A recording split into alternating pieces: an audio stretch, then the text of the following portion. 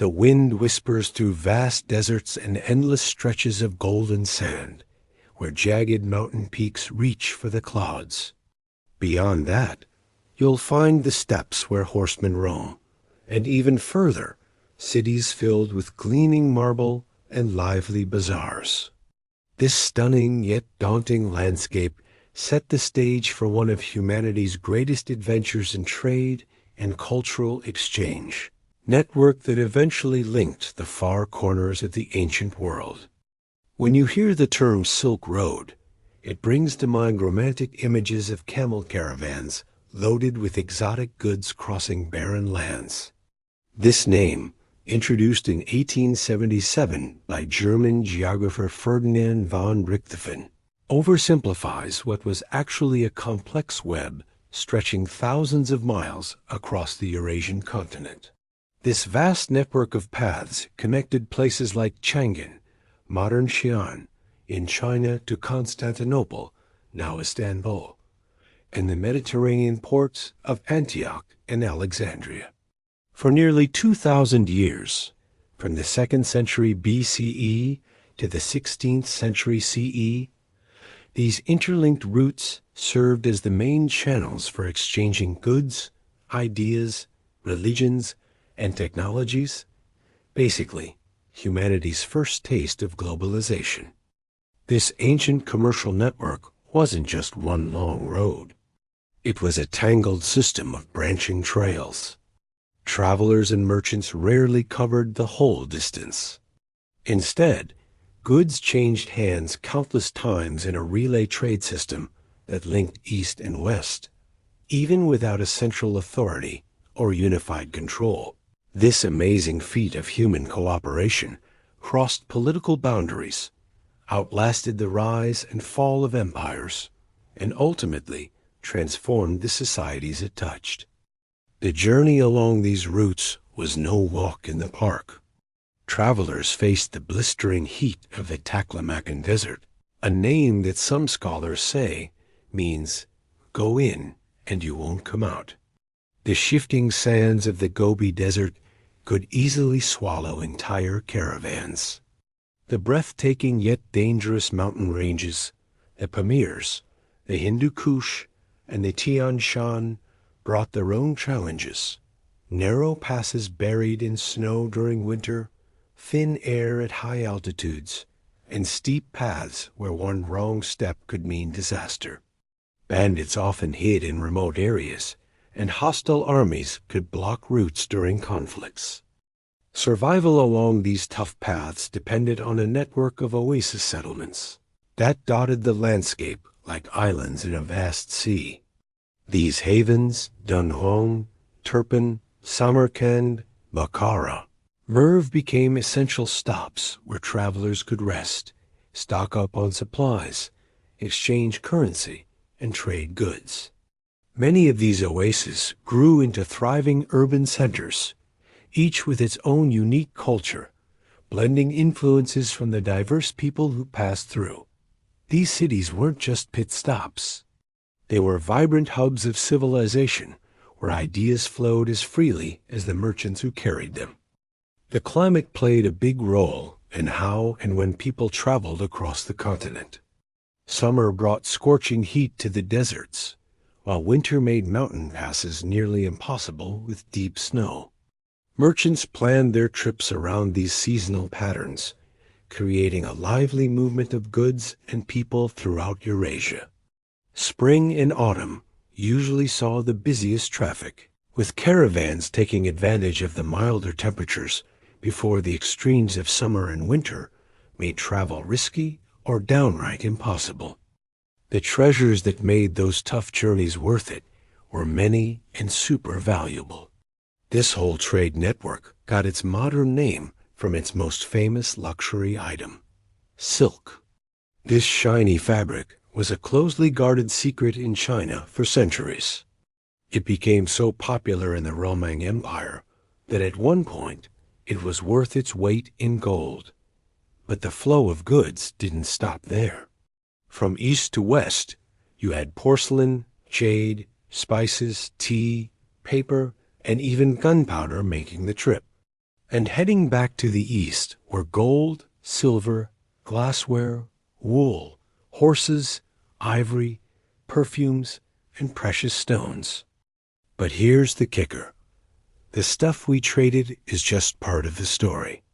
Along with all those goods, something even more important traveled too: knowledge.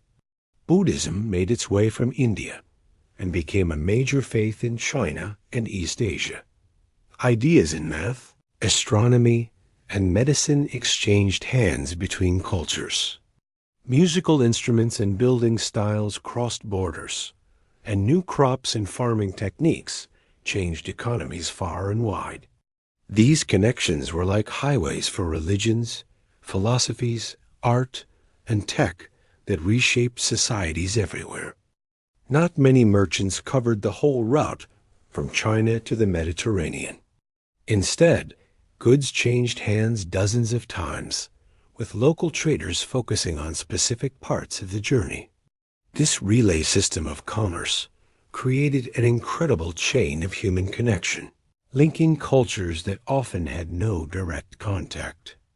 Imagine a bolt of silk leaving a workshop in China and passing through 20 different traders before it finally ended up with a Roman senator's wife, with its origins a mystery to her. The economic impact of this trade was huge. Cities that controlled key points along the routes became incredibly wealthy, pouring that money into grand buildings, supporting artists, and establishing schools. Merchant classes gained a lot of power, shaking up the old-school power structures based on land or military strength.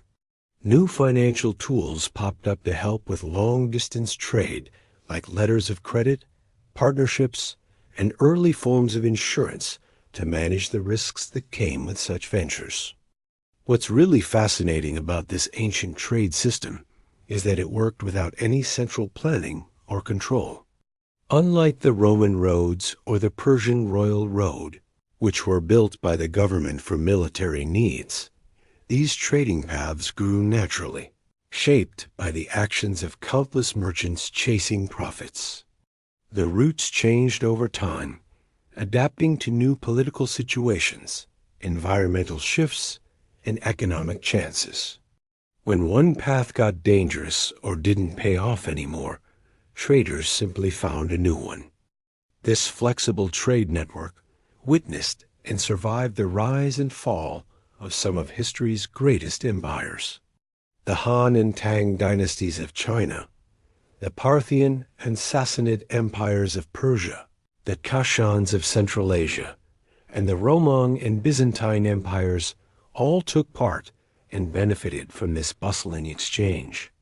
Even the Mongol conquests, which started off with chaos, eventually brought a new level of security to these cross-continental connections, creating what historians call the Pax Mongolica, or the Mongol Peace.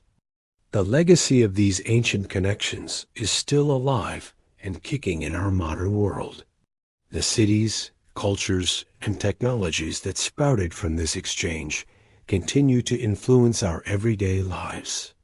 When we talk about globalization today, we're really echoing the conversations that took place along these routes thousands of years ago.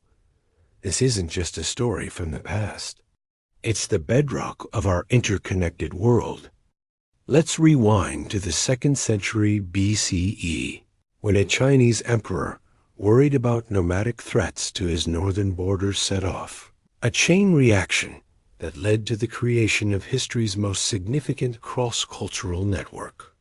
This adventure kicks off with the Han Dynasty and a daring diplomat named Zhang Qian.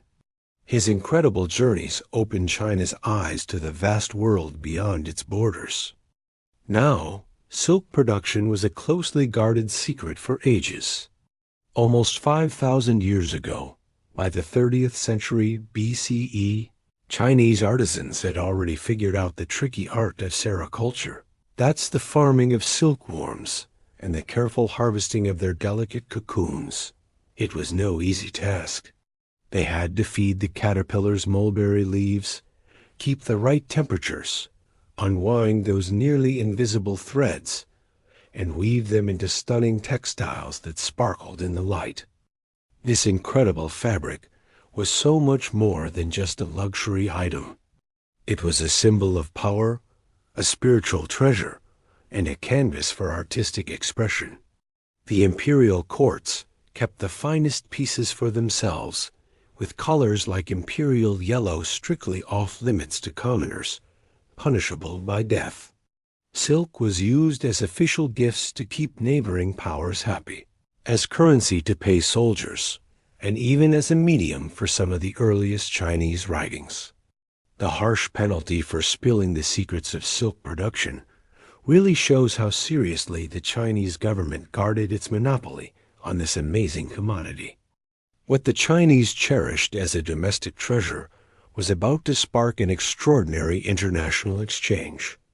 This shift didn't start with merchants looking for new markets. It began with a military and diplomatic crisis that the Han Dynasty faced. After taking power in 206 BCE, following years of chaos from the Qin dynasty's collapse, the Han rulers found themselves up against a serious external threat along their northern border: nomadic groups from the steppes. These mounted warriors, who were the distant ancestors of the Huns that would later challenge Rome, constantly raided the settled agricultural communities in northern China. The ambitious Emperor Wu, who took the Han throne in the early 2nd century BCE, was determined to break the power of these horsemen who seemed to appear out of nowhere, to strike and then vanish. He combined military efforts with diplomatic moves to secure his realm's northern borders once and for all. The Han strategy went beyond just direct confrontations. Emperor Wu understood that facing these skilled mounted archers on their home turf was risky. Instead, he aimed to surround and isolate the northern nomads by forming alliances with other groups beyond China's western frontiers. Word reached the court about a tribal confederation known as the Yuezhi, who had been defeated by the steppe nomads and pushed westward. They might be interested in teaming up against their common enemy. The task of finding these potential allies fell to a brave court official named Zhang Qiang. In the late 100s BCE, Emperor Wu sent him west with a group of 100 men to locate the Yuezhi and negotiate an alliance. What followed was an incredible journey of exploration, a trek that lasted over a decade and opened China's eyes to a vast world beyond its borders. Just weeks into their journey, Zhang Qian and his crew were captured by hostile patrols. They spent 10 years in captivity among the northern nomads. Even though they were treated well, Zhang Qian even married a woman from these tribes and had children. He never lost sight of his mission. When the chance to escape finally came, he continued his westward journey with his nomadic wife and a few of his original companions. Zhang Qian pressed on through uncharted territories, crossing the rugged Pamir Mountains into what we now know as Tajikistan and Afghanistan. When he finally found the Yuezhi in Bactria, northern Afghanistan, he discovered they had settled into a more urban lifestyle and weren't keen on waging war against their old foes. Even though he didn't achieve his diplomatic goals, Zhang Qian came back with invaluable insights about the lands beyond China's western borders.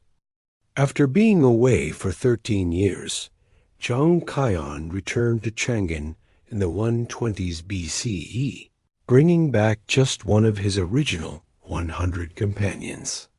The information he shared changed how the Chinese viewed the world. He described bustling Central Asian kingdoms like Fergana, Sogdiana, and Bactria, showcasing their advanced cities, agriculture, and thriving commerce. The most exciting news for Emperor Wu was about the incredible horses from the Fergana Valley. Bigger, stronger, and faster than any horses in China, and rumored to sweat blood, which likely referred to a condition that caused red secretions. These heavenly horses became an obsession for Emperor Wu, who believed they were key to gaining military superiority against threats on the frontier. A few years later, as the 2nd century BCE was winding down, Emperor Wu sent Zhang Qian on another westward expedition, this time with better luck in diplomacy. They established official relations with several Central Asian states, and a Han envoy even made it as far as Parthia, modern Iran. Most importantly, Zhang Qian secured trade agreements that brought those prized Fergana horses to China. To back up this new diplomatic and commercial push, Emperor Wu set up military colonies and garrisons along the Hexi Corridor, a narrow strip of land between the Tibetan Plateau and the Gobi Desert that served as a natural route from China to Central Asia. These outposts turned into vital trading hubs and safe havens for merchants. The military colonies also introduced Chinese farming techniques to new areas and created a buffer zone against nomadic raids. The defensive infrastructure expanded significantly. Existing walls and fortifications were connected and extended to become what we now call the Great Wall. Watchtowers popped up all over the landscape, enabling quick communication through fire signals. Garrison troops not only kept the peace, but also became customers for local merchants, which led to the creation of markets at these frontier outposts.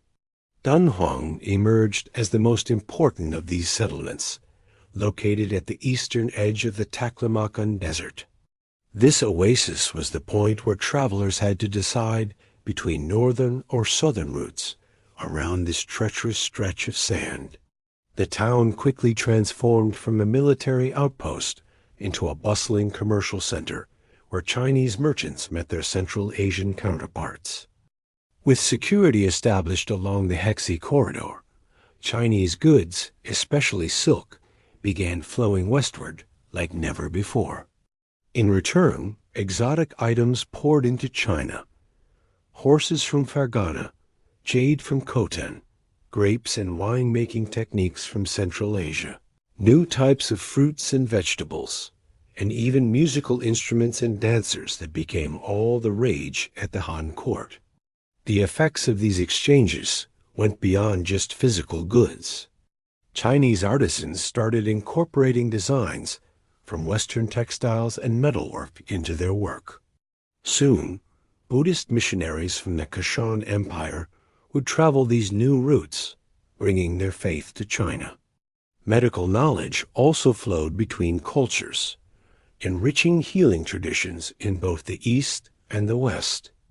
Zhang Qian's journeys, originally meant for military and diplomatic purposes, inadvertently laid the groundwork for what would become the world's most significant pre-modern trade network. In just one generation, isolated kingdoms and empires transformed into players in a vast commercial exchange system that would last nearly 2 millennia. An ancient Chinese proverb says, "A journey of 1,000 miles begins with a single step."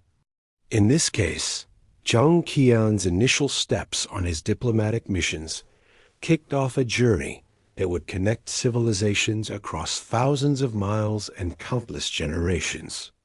Between the thriving Han Empire in the east and the growing Roman Empire in the west stood a key player, the Parthian Empire. Rising from the remnants of the Seleucid realm in what we now call Iran, the Parthians smartly positioned themselves along the trade routes connecting China and the Mediterranean. Their territory stretched across modern Iran, Iraq, parts of Turkey, Armenia, and Turkmenistan areas that became crucial pathways for international trade. The Parthians saw a golden opportunity in controlling these important routes. Instead of trying to dominate the whole trade network like some later empires, they embraced their role as middlemen. They improved the infrastructure they inherited from the Persians and Seleucids, keeping the royal road running smoothly from Susa, near the Persian Gulf, to Sardis in western Anatolia. They built caravanserais, fortified inns that offered shelter, food, and security for travelers, at regular stops, usually a day's journey apart. Parthian leaders set up smart systems to regulate trade, including customs posts and fair taxes. Their reliable silver coins made transactions easy across their vast empire. Most importantly, they kept the peace within their borders, allowing merchants to travel with a sense of safety. This Pax Parthica laid the groundwork for bustling commerce, even though ongoing conflicts with Rome sometimes disrupted trade in the West. The Parthians really nailed it with their strategy to control east-west trade. Their merchants got rich by buying Chinese goods from middlemen at their eastern borders and then selling them at big markups to buyers in the West. But it wasn't just about the money. There was a political twist, too. By managing the flow of luxury items to Rome, the Parthians gained serious economic power over their rivals. This huge transfer of gold and silver from Rome to pay for these eastern luxuries led to some major financial headaches for the Roman economy. While the Parthians were the big players in the central part of the transcontinental trade, a bunch of smaller kingdoms were super important as the links that connected everything. The Kushan Empire, which was based in what we now call northern India, Afghanistan, and parts of Central Asia, served as a vital bridge between the Chinese, Indian, and Persian worlds. They came from the Yuezhi nomads, who settled in Bactria and built a vibrant multicultural empire that became a hub for trade and ideas. Under rulers like Kanishka, the first in the early 2nd century CE, the Kushan Empire really flourished, stretching from the Aral Sea all the way to the Ganges River Valley. Their coins, marked in Greek but showcasing Indian, Persian, and Central Asian deities, reflected their diverse identity. The Kushans were big supporters of Buddhism, helping it spread along trade routes to China. Their empire turned into a melting pot where Greeks, Indians, Persians, and Chinese mingled and traded in lively cities like Peshawar, Taxila, and Mathura. Further north, the Sogdian city-states around Samarkand and Bukhara really stepped up as key players in the booming trade scene. The Sogdians, an Iranian group known for their language skills and trading smarts, set up merchant colonies all over Central Asia and China. Thanks to their knack for business, Sogdian became a go-to term for merchant in many places. Their ability to speak multiple languages made them perfect middlemen. As traders pushed eastward, they created lasting communities in major cities like Chang'an, the capital of China. Letters from Sogdian merchants found in a watchtower near Dunhuang showcase their savvy trading operations, including detailed market info, credit deals, and strategies shared between partners miles apart. These documents offer a rare glimpse into the intricate trading networks that connected Eurasia, where trusted family members kept distant branches running smoothly. In the western part of this bustling trade network, the desert city of Palmyra played a vital role as a connector. Nestled at a key oasis in the Syrian desert, Palmyra transformed from a simple trading post into a stunning city that thrived almost entirely on long-distance trade. The merchants of Palmyra specialized in luxury items headed for Roman markets. Think silk, spices, perfumes, and exotic stones. Their caravans, sometimes with hundreds of camels, bravely navigated the perilous desert routes linking Mesopotamia and the Mediterranean. You can find bilingual inscriptions in Aramaic and Greek, around Palmyra that celebrate notable merchants and caravan leaders, showing just how respected successful traders were in society. The city's impressive monuments, grand temples, beautiful colonnaded streets, a bustling agora, and ornate tombs speak volumes about the wealth generated from this thriving commerce. For centuries, Palmyrene merchant families built extensive networks that stretched all the way from Rome to India, showcasing the entrepreneurial spirit that fueled this transcontinental trade.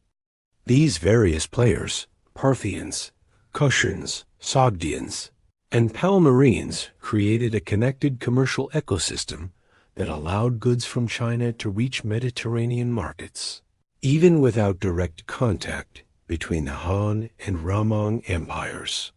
Their unique roles and teamwork helped the network thrive across different political, linguistic, and cultural landscapes. Among all the luxury goods flowing westward, Chinese silk stood out as the most famous. This stunning fabric made its way to the Roman world by the late 1st century BCE and caused quite a stir. Roman women loved the lightweight, elegant material for its sensual feel and exotic background. The Roman Senate, worried about the moral implications of these revealing outfits and the massive outflow of gold to pay for them, even tried to ban men from wearing silk during Tiberius's reign.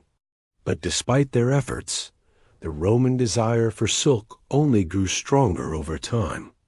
The Romans had some pretty wild ideas about where silk came from. Pliny thought it was made from trees, claiming that the Chinese would comb leaves for a woolly substance in a fine white liquid, then wash it and pull it into threads. Other writers even compared silk to wool or cotton. These misunderstandings stuck around because the Romans never really connected with China directly. Instead, they got their silk through a bunch of middlemen who kept their sources a secret to protect their profits. The Romans were super eager to get their hands on silk and other fancy Eastern luxuries, which sparked a wave of exploration to bypass the Parthian middlemen. They started using maritime routes through the Red Sea to India as alternatives to the overland paths. An anonymous author penned the Periplus of the Erythraean Sea during Nero's reign, laying out trade routes from Egypt to India and even mentioning a place called Thena, China, further east. As the 1st century CE wrapped up, a Roman envoy named Gan Ying, sent by General Ban Chao of the Han Dynasty, made it to the shores of the Western Sea, probably the Persian Gulf or Eastern Mediterranean, according to Chinese records. But here's the catch. Parthian guides discouraged him from going any further, claiming that the sea journey to Rome would take 2 years, and that many died on the journey. This was a clever tactic to protect Parthian interests and keep direct contact between Rome and China at bay. Antioch in Syria and Alexandria in Egypt became the main hubs for this transcontinental exchange, where Eastern goods entered the Mediterranean trade scene. Both cities set up specialized markets and workshops to turn raw materials from the East into finished products for Roman buyers. One standout was the purple dye workshops in Tyre, where they re-dyed Chinese silk with precious Tyrian purple, made from murex shellfish, creating fabrics that were worth their weight in gold. To support this booming trade, financial systems evolved. Banking houses in key commercial centers started offering letters of credit to merchants, which meant they didn't have to haul around heavy coins through dangerous territories. New commercial laws emerged to handle transactions between merchants from different backgrounds.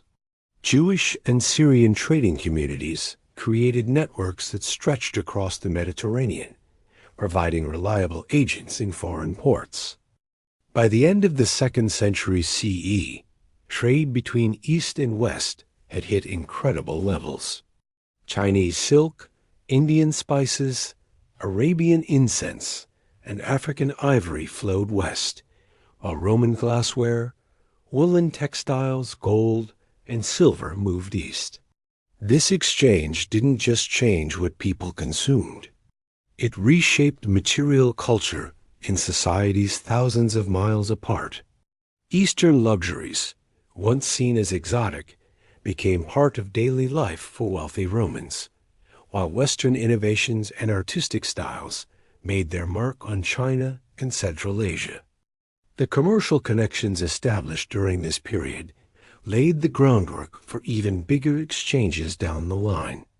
Alongside luxury goods, religious ideas, scientific knowledge, artistic concepts, and technological innovations began to travel the same routes. Buddhism made its way from India to China, while Greek philosophical ideas ventured eastward. Innovations like paper from China would eventually change the intellectual landscape in the West. It was a time when civilizations were set to engage in an unprecedented dialogue, all thanks to the humble silkworm and the beautiful fabric spun from its cocoons. The caravans that journeyed between East and West carried way more than just silk, spices, and precious stones. Tucked away in the merchants' packs, hidden among the trade goods, were something far more significant and lasting: ideas. Among all the cultural exchanges that flowed along these trade routes, none was as impactful as the eastward spread of Buddhism, from its roots in India to the vibrant societies of Central and East Asia. Buddhism found its way into China during the later Han Dynasty, not through conquest or official missions, but through the quiet influence of foreign merchants. Indian and Central Asian traders, practicing their faith in small shrines and temples in Chinese trading towns, caught the attention of locals who were curious about their mysterious rituals and philosophical teachings. Unlike Confucianism and Taoism, which grew within the Chinese cultural framework, Buddhism introduced a whole new way of looking at life, offering unique answers to big questions about existence, suffering, and salvation. The first Buddhist texts reached Chinese scholars in the 1st century CE. Translating these scriptures was no easy feat, not just about finding the right words, but about conveying ideas that didn't have direct equivalents in Chinese thought. Early translators often borrowed Taoist terms, creating a mix of interpretations that shaped how Buddhism evolved in China. This translation and adaptation process went on for centuries, resulting in a unique blend of Indian religious concepts and Chinese cultural elements. As Buddhism gained traction among the Chinese people, local monks felt inspired to visit the sacred sites of India and study authentic texts directly from Indian masters. In the early 5th century, a Chinese monk named Faxian set out on an incredible journey that lasted 15 years. He left the Chinese imperial capital and braved the harsh deserts of Central Asia, crossed the snowy peaks of the Pamirs and Hindu Kush, and finally reached the Buddhist holy sites in northern India. His written account, a record of Buddhist kingdoms, provided detailed insights about the lands along the trade routes and became an invaluable guide for future pilgrims. Faxian's groundbreaking journey kicked off a tradition of Chinese Buddhist pilgrimage that would thrive for centuries. These religious travelers, who faced incredible challenges to reach India, played a crucial role in cultural exchange, returning with manuscripts, relics, and artistic influences that transformed Chinese Buddhism. Their writings, blending geographical details with spiritual observations, are some of our most treasured historical sources for understanding the diverse societies connected by these transcontinental paths.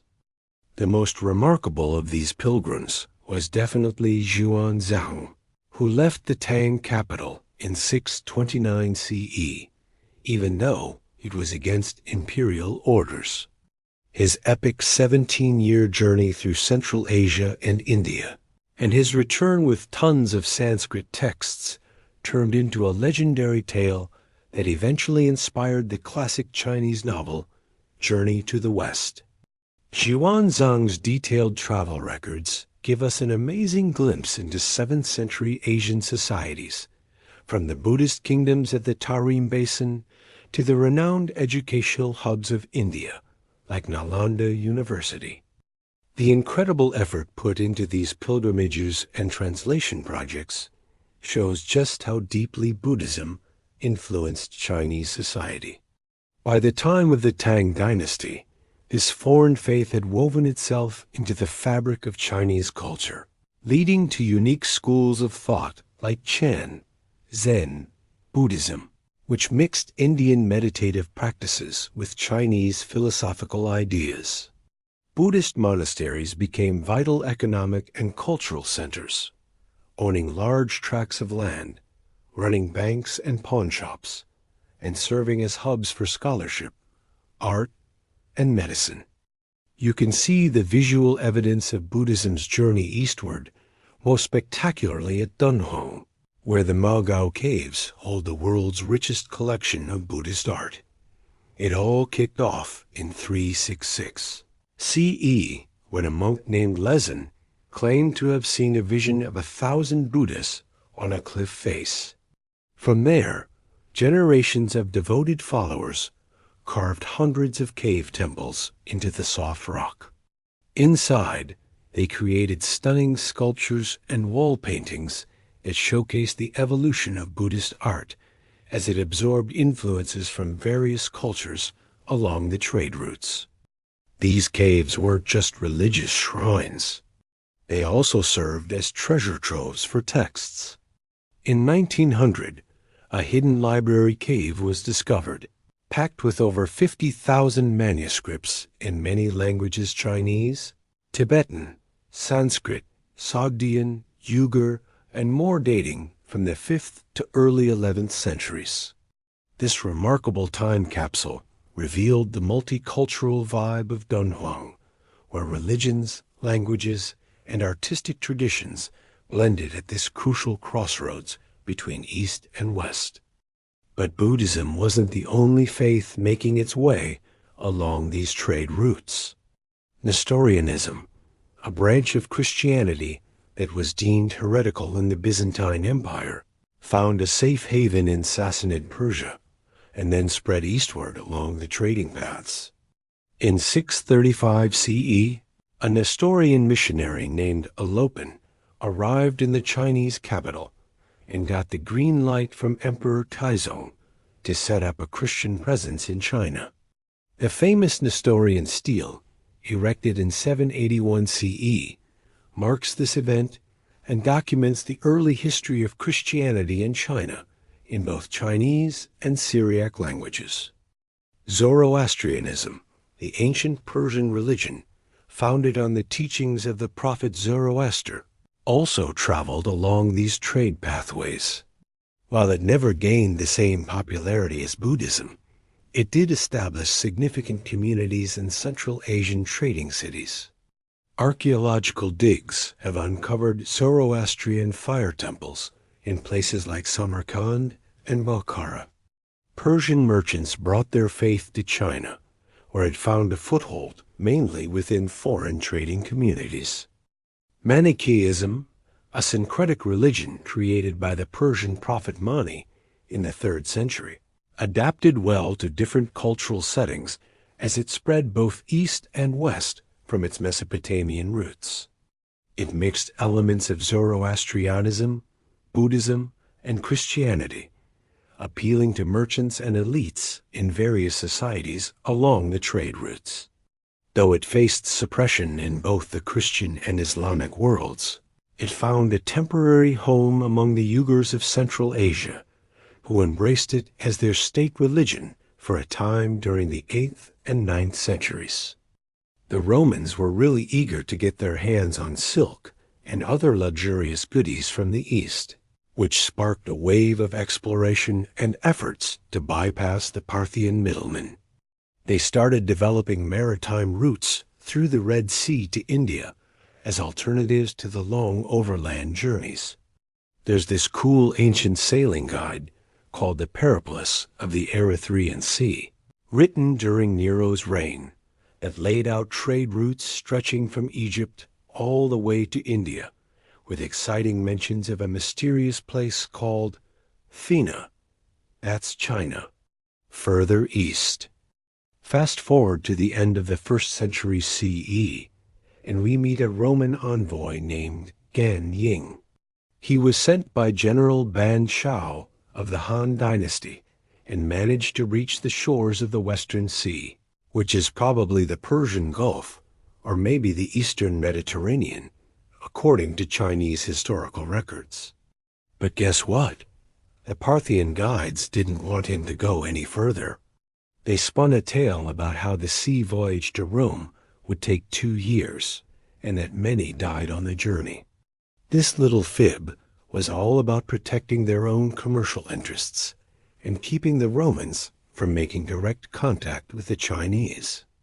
In the bustling cities of Antioch in Syria and Alexandria in Egypt, the scene was buzzing as they became the main hubs for this transcontinental exchange. This is where Eastern goods first entered the Mediterranean trade circuits. Both cities had specialized markets and workshops that turned raw materials from the East into finished products for Roman buyers. A particularly noteworthy spot was the purple dye workshops in Tyre, where they redyed Chinese silk with the luxurious Tyrian purple made from murex shellfish. Can you believe it?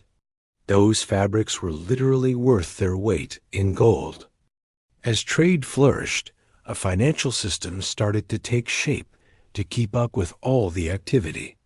Banking houses popped up in major commercial centers, offering letters of credit to merchants, which meant they didn't have to haul around heavy coins through risky territories.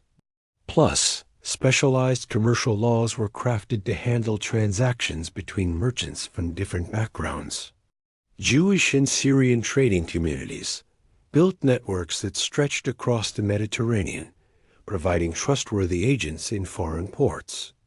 By the end of the 2nd century CE, the trade volume between East and West was off the charts. Chinese silk, Indian spices, Arabian incense, and African ivory were flowing west, while Roman glassware, woolen textiles, gold, and silver were heading east. This vibrant exchange changed how people consumed goods and shaped material culture in societies that were thousands of miles apart. What used to be considered exotic luxuries became part of everyday life for wealthy Romans, while Western technologies and artistic styles began to influence developments in China and Central Asia. The commercial ties formed during this time laid the groundwork for even bigger exchanges to come. Religious ideas, scientific knowledge, artistic concepts, and technological innovations soon followed the paths carved out by luxury goods. Buddhism made its way from India to China, and Greek philosophical ideas traveled eastward. Innovations from China, like paper, would eventually change the intellectual landscape in the West. This was just the beginning of an incredible dialogue between civilizations, made possible by the humble silkworm and the beautiful fabric spun from its cocoons. And let's not forget, those caravans crossing the vast expanses between East and West were carrying more than just silk, spices, and precious stones. Hidden among the trade goods were something way more significant and lasting: ideas. Of all the cultural exchanges that traveled along the trade routes across Eurasia, none was more significant than the eastward spread of Buddhism, from its roots in India to the varied societies of Central and East Asia. Buddhism made its way into China during the later Han Dynasty, not through military conquest or official missions, but through the subtle influence of foreign merchants. Indian and Central Asian traders practiced their faith in private shrines and small temples within Chinese trading towns, catching the eye of locals curious about their intriguing rituals and philosophies. Unlike Confucianism and Taoism, which grew within the Chinese cultural framework, Buddhism brought a fresh perspective, offering unique answers to deep questions about existence, suffering, and salvation. The earliest Buddhist texts found their way into Chinese hands in the 1st century CE. Translating these scriptures was no small feat, not just about finding equivalent words, but about conveying ideas that had no direct counterparts in Chinese thought. Early translators often borrowed Taoist terms, creating mixed interpretations that shaped how Buddhism evolved in China. This translation and adaptation process carried on for centuries, resulting in a unique blend of Indian religious ideas and Chinese cultural elements. As Buddhism attracted more followers in China, local monks felt a strong urge to visit sacred sites in India and study original texts from Indian masters. In the early 5th century, a Chinese monk named Faxian set off on an incredible 15-year journey. He left the Chinese imperial capital, crossed the daunting deserts of Central Asia, navigated the snowy peaks of the Pamirs and Hindu Kush, and finally reached the Buddhist holy sites in northern India. His written account, A Record of Buddhist Kingdoms, offered detailed insights about the regions along the trade routes and became a crucial guide for future pilgrims. Faxian's groundbreaking journey established a tradition of Chinese Buddhist pilgrimage that thrived for centuries. These religious travelers faced incredible hardships to reach India and became key players in cultural exchange, returning with manuscripts, relics, and artistic influences that transformed Chinese Buddhism. Their accounts, blending geographical details with religious insights, provide us with invaluable historical information about the diverse societies connected by these trade routes. The most notable of these pilgrims was definitely Xuanzang, who left the Tang capital in 629 CE despite imperial orders to stay put. His 17-year adventure through Central Asia and India, along with his return bearing hundreds of Sanskrit texts, became legendary, even inspiring the classic Chinese novel, Journey to the West. Xuanzang's detailed records of his travels give us an incredible glimpse into 7th century Asian societies, from the Buddhist kingdoms of the Tarim Basin to renowned educational hubs in India like Nalanda University. The immense effort put into these pilgrimages and translation projects showcases the deep impact Buddhism had on Chinese society. By the Tang dynasty, this foreign faith had woven itself into the fabric of Chinese culture, leading to unique schools of thought like Chan, Zen, Buddhism, which blended Indian meditation practices with Chinese philosophical ideas. Buddhist monasteries emerged as significant economic and cultural institutions, owning vast lands, running banks and pawn shops, and serving as centers for scholarship, art, and medicine. The visual legacy of Buddhism's journey eastward is most strikingly preserved at Danhong, where the Mogao caves house the world's richest collection of Buddhist art. Starting in 366 CE, when a monk named Lezin claimed to have seen a vision of 1,000 Buddhas on the cliff face, generations of devotees carved numerous cave temples into the soft rock. Inside, they created stunning sculptures and wall paintings that reflect the evolution of Buddhist art as it absorbed influences from various cultures along the trade routes. These caves were not just religious shrines. They also served as repositories for texts. In 1900, a hidden library cave was discovered, containing over 50,000 manuscripts in multiple languages: Chinese, Tibetan, Sanskrit, Sogdian, Uyghur, and more dating from the 5th to the early 11th centuries. This extraordinary time capsule unveiled the multicultural essence of Dunhuang, where religions, languages, and artistic traditions converged at this vital crossroads between East and West. Buddhism wasn't the only faith to travel along these trade routes. Nestorianism, a branch of Christianity labeled heretical in the Byzantine Empire, found refuge in Sassanid Persia and later spread eastward along the trading corridors. In 635 CE, a Nestorian missionary named Alopan arrived in the Chinese imperial capital and received permission from Emperor Taizong to establish a Christian presence in China. The famous Nestorian stele, erected in 781 CE, commemorates this event and documents the early history of Christianity in China in both Chinese and Syriac languages.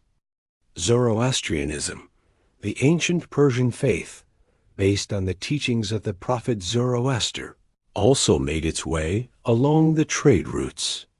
While it didn't gain as many followers as Buddhism, it still created notable communities in Central Asian trading hubs. Archaeological digs have uncovered Zoroastrian fire temples in places like Samarkand and Bukhara, showcasing its influence. Persian merchants carried their beliefs to China, where Zoroastrianism found a home mainly among foreign trading groups. Then there's Manichaeism, a unique blend of beliefs founded by the Persian prophet Mani in the 3rd century. It really thrived by adapting to different cultures as it spread east and west from its roots in Mesopotamia. By mixing elements of Zoroastrianism, Buddhism, and Christianity, it appealed to merchants and elites along the trade routes. Even though it faced suppression in both Christian and Islamic regions, it found a temporary haven among the Uyghurs in Central Asia, who made it their state religion for a while during the 8th and 9th centuries. Judaism made its mark in China thanks to Persian Jewish merchants. The ancient Jewish community of Kaifeng, which held on to its unique identity until the 19th century, probably started during the Tang Dynasty when Jewish traders decided to settle down in China. Plus, archaeological finds and historical records show that there were Jewish communities in Central Asian cities like Samarkand and Bukhara, where they were really active in the bustling transcontinental trade. Now, let's talk about the last major religious movement that spread along these trade routes: Islam. After the Arab conquests in the 7th century, Muslim merchants became key players in the trade, networks connecting the Mediterranean with Central and East Asia. Their business activities set the stage for a big wave of conversions to Islam in Central Asia, which changed the cultural scene in the regions between China and the Middle East. While religions were a big part of this cultural exchange, a ton of other knowledge and creativity traveled these same paths.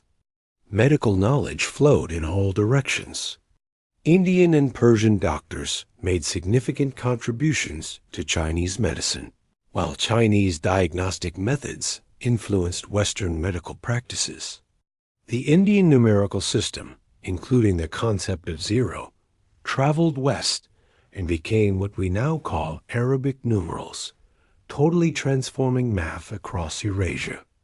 Scientific ideas in astronomy were shared among the traditions of China, India, Persia, and eventually Europe. Chinese breakthroughs in metallurgy, especially in high-quality steel production, spread to the West. Agricultural techniques and crops also moved both ways, with Central Asian fruits like grapes and peaches making their way to China, while citrus fruits traveled from China to the Mediterranean. Each of these exchanges had a huge impact on daily life in societies separated by thousands of miles. The arts thrived through these cross-cultural interactions. Musical instruments traveled along trade routes, leading to new hybrid forms and performance styles. The pear-shaped lute journeyed from Persia to China, evolving into the Chinese pipa. The Indian sitar likely came from Middle Eastern influences. The 7-day week, originally from Babylon but later standardized by the Romans, eventually replaced the 10-day Chinese week thanks to these commercial contacts. Visual arts also showed clear signs of cross-cultural influence. Greco-Buddhist art from Gandhara, modern-day Pakistan and Afghanistan, blended Indian Buddhist themes with Hellenistic sculptural styles, creating a unique art form that shaped Buddhist imagery across Asia. Persian textile patterns found their way onto Chinese silks, while Chinese designs later inspired Islamic decorative arts. Artistic techniques traveled too. Glassmaking methods moved from the Mediterranean to China, and paper manufacturing eventually spread west from China. Culinary traditions in Eurasia underwent a makeover through the exchange of ingredients, cooking methods, and flavor preferences. Wheat farming and bread making spread east from the Fertile Crescent, while rice made its way west from East Asia. Spices became super valuable in long-distance trade, changing the flavors of cuisines far from their origins.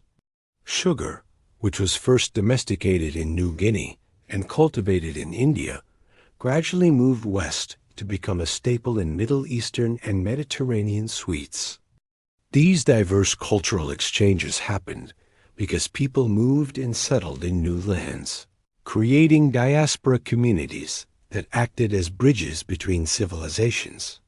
Sogdian merchants set up permanent homes in China, bringing their culture, language, and religion with them. Persian artisans worked in Tang Dynasty workshops, influencing Chinese metalwork and textiles. Greek sculptors found jobs in the Buddhist kingdoms of Central Asia, and Indian Buddhist monks built monasteries in China and Central Asia. What really made these exchanges happen wasn't just the movement of goods and people, but the rise of cosmopolitan attitudes in the major cities along the trade routes. In bustling places like the Chinese imperial capital, Samarkand and Baghdad, diversity became a badge of honor and a source of cultural energy. Foreign religions were often welcomed, foreign artisans were appreciated for their skills, and scholars and rulers eagerly sought out foreign knowledge. This vibe of cosmopolitanism, though it didn't reach every corner of society and was sometimes interrupted by waves of xenophobia, set the stage for one of the largest pre-modern exchanges of ideas in human history. Through these movements of religions, technologies, artistic styles, and knowledge systems, a shared Eurasian cultural heritage began to take shape. Each civilization kept its unique flavor, but all were changed by their involvement in this vast exchange network. The impacts of these cultural interactions are still felt today, from the global spread of major religions to the math systems we use every day. Behind these lasting influences are the countless journeys of merchants, pilgrims, and craftspeople who, while chasing their own dreams, came together to create one of history's greatest achievements in communication across cultural divides. As dawn broke over the Tang Dynasty capital, it revealed a city like no other on Earth. With over 1 million people, this imperial city was the world's largest and most cosmopolitan urban center, perfect eastern hub for the greatest commercial network of its time. The wide, straight streets of this well-planned city were alive with a stunning mix of humanity.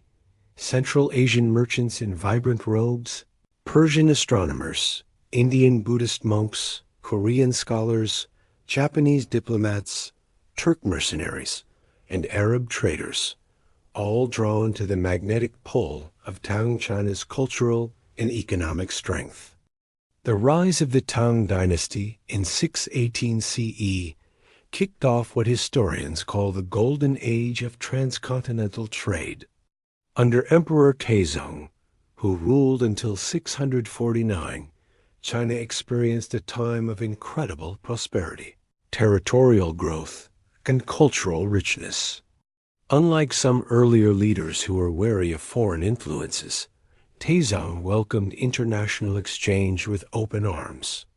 He invited foreign envoys, supported exotic arts, hired non-Chinese advisors, and pushed for policies that made trade with distant lands easier. This cosmopolitan approach was more than just curiosity. It was smart statecraft. By building diplomatic and trade ties with Central Asian peoples, the Tang emperors aimed to secure their western borders and gain an edge against potential threats like the Eastern Turks and Tibetans. In Tang strategic thinking, trade policy and foreign relations went hand in hand, with trade routes serving as diplomatic channels and intelligence networks.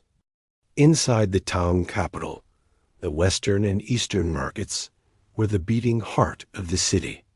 These expansive walled areas had sections dedicated to all sorts of goods, from local produce to the most exotic luxuries from far-off lands.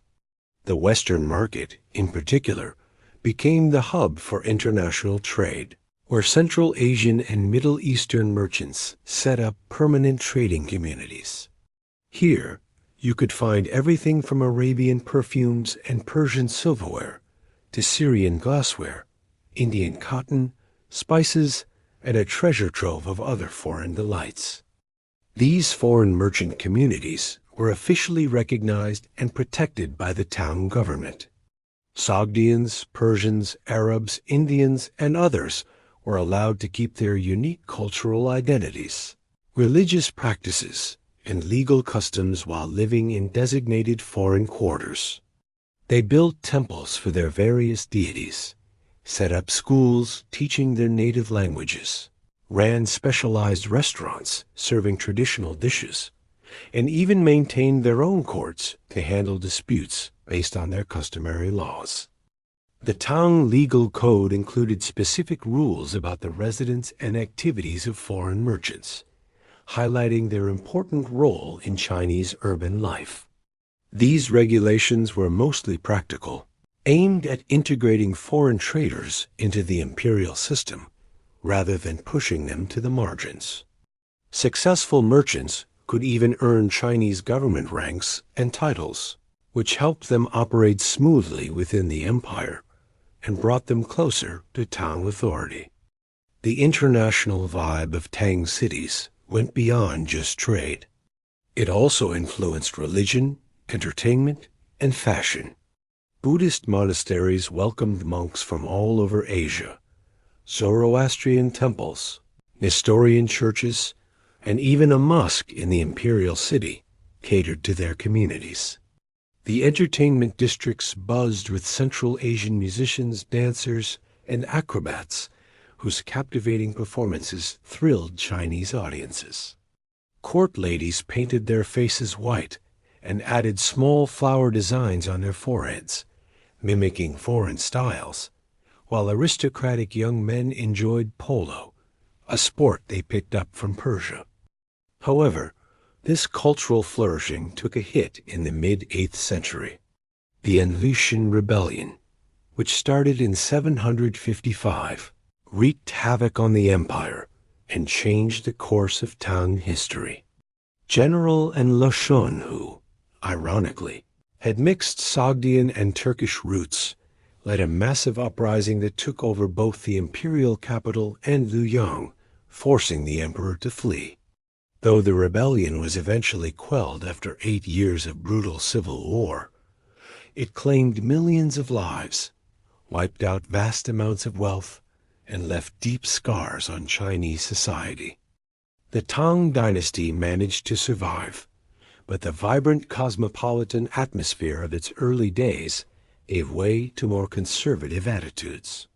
A wave of xenophobia led to restrictions on foreigners and foreign influences. The most notable example of this cultural backlash came in 845, when Emperor Wuzong ordered the suppression of foreign religions, mainly targeting Buddhism, but also affecting Nestorian Christianity, Zoroastrianism, and Manichaeism. Thousands of temples and monasteries were destroyed, and foreign clergy were forced back into secular life. Despite these setbacks, the vast commercial networks proved surprisingly resilient. While trade volume dipped and its character shifted, it continued through the later Tang period. The key difference was who controlled the trade. As Chinese government oversight in the western regions weakened, various non-Chinese groups like Tibetans and Uyghurs took control of crucial segments of the Central Asian routes, collecting tolls and redirecting trade flows to benefit themselves. Meanwhile, on the western end of the commercial network, a new power was emerging that would reshape Eurasian exchange. The Arab conquests of the 7th century, driven by the new faith of Islam, created a vast empire stretching from Spain to the borders of China. The Umayyad Caliphate, 661 to 750, and its successor, the Abbasid Caliphate 750-1-258, unified previously fragmented territories under a single political authority, providing unprecedented security for travelers and merchants across much of the network's western and central sections. The Abbasid Caliphate, with its impressive capital of Baghdad, became the western counterpart to Tang China. Founded in 762 by Caliph al-Mansur, Baghdad was strategically located at the crossroads of trade routes linking Arabia, Persia, Central Asia, and the Mediterranean. The circular city, with the Caliph's palace at its center, quickly grew into a bustling metropolis of hundreds of thousands, attracting merchants and scholars from all over the known world. Under the greatest Abbasid ruler, Harun al-Rashid, r. 786 to 809, Baghdad reached its peak as a hub of commerce, science, and culture. The Caliph sent out embassies to distant lands, including one to Charlemagne in France and another to the Tang court. These diplomatic missions often doubled as trade opportunities, establishing new connections and gathering valuable information about far-off markets. Harun's court became legendary for its wealth and sophistication, later immortalized in the tales of the Arabian Nights. The Abbasid economy operated on a scale that dwarfed its European counterparts. Its advanced financial instruments facilitated long-distance trade. Letters of credit, SAQQ, the origin of the English word check, partnerships, mudaraba, that spread risk among investors, and double-entry bookkeeping systems tracked complex transactions. Muslim merchants pioneered new commercial techniques that would later be adopted in Europe, including various forms of credit, banking, and insurance. Arabic became the lingua franca of commerce across a vast territory, making it easier for merchants to communicate while traveling between distant markets. A merchant from Córdoba in Spain could chat with colleagues in Cairo, Damascus, Baghdad, or Samarkand using the same language, despite the thousands of miles between them. This linguistic unity not only boosted trade, but also helped spread ideas, technologies, and scientific knowledge throughout the Islamic world and beyond. Islamic values really shaped how business was done in some pretty unique ways. The Quran gives a big thumbs up to honest trade, and since the Prophet Muhammad was a merchant himself, that gave commerce a religious stamp of approval that you just don't see in a lot of other traditions. Islamic law, or Sharia, laid down some clear rules for trade, contracts, and partnerships. Plus, the ban on interest, known as riba, pushed folks to come up with alternative financing methods that balanced risk and reward between investors and entrepreneurs. While Baghdad was the political heart of the Abbasid Empire, other cities popped up as key players in the trading game. Basra was the go-to port linking Mesopotamia with Indian Ocean trade. Damascus was famous for its textiles and metalwork, while Cairo acted as a bridge between the Mediterranean and the Red Sea routes to India. Siraf on the Persian Gulf handled trade with East Africa and India, and cities like Ray and Nishapur in Iran became important hubs for goods moving between the Middle East and Central Asia. In Central Asia, cities that had already thrived under earlier empires reached new heights as middlemen between the Chinese and Islamic worlds. Samarkand, nestled in the fertile Zarafshan Valley, became famous for its paper-making industry, a skill borrowed from China that later transformed the Islamic world and even Europe. The artisans in Samarkand also created beautiful glass, textiles, metal goods, and ceramics that were traded far and wide. Bukhara, with its stunning skyline of minarets and domes, became a major center for learning and commerce. Its libraries and madrasas, schools, drew in scholars from all over the Islamic world. Bukhara was especially known for hadith scholarship, which is all about collecting and verifying the sayings and actions of the Prophet Muhammad. Scholars like Imam al-Bukhari made the city a key player in Islamic tradition. Merv, located in what's now Turkmenistan, might have been the world's most populous city for a while during the 12th century. It had a sophisticated urban setup, complete with advanced water management systems, public baths, libraries, and markets specializing in different goods. Its prime location at the crossroads of routes connecting Iran, Central Asia, and China made it a vital trading center, while its surrounding land produced valuable crops like cotton and silk. The variety of goods flowing through this interconnected system was more diverse than ever. Chinese silk was still a big deal, but now it was joined by beautiful Chinese porcelain, with its shiny white surfaces and delicate blue designs that wowed consumers across Eurasia. Tea from southern China gained popularity in Central Asia and parts of the Middle East. Paper, once a Chinese secret, was now being made in Samarkand and other Central Asian cities, slowly making its way west.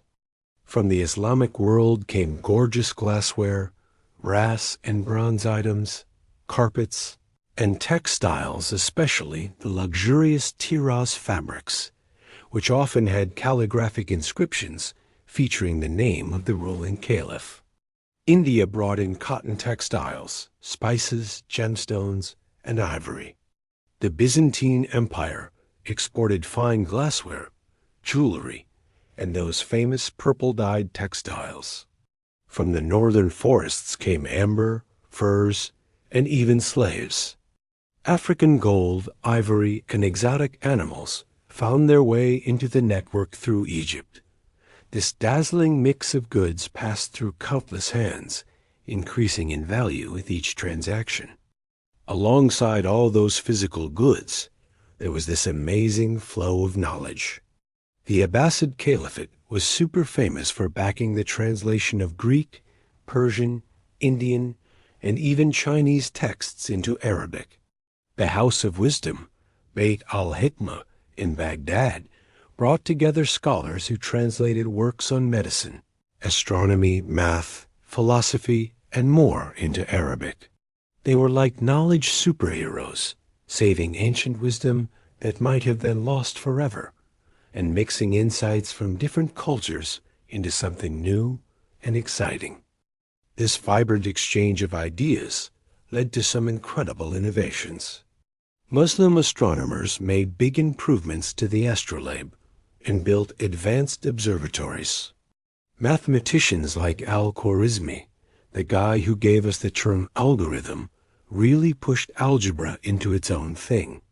Physicians such as Al-Razi and Ibn Sina you might know him as Avicenna, wrote medical encyclopedias that would be studied in Europe for ages.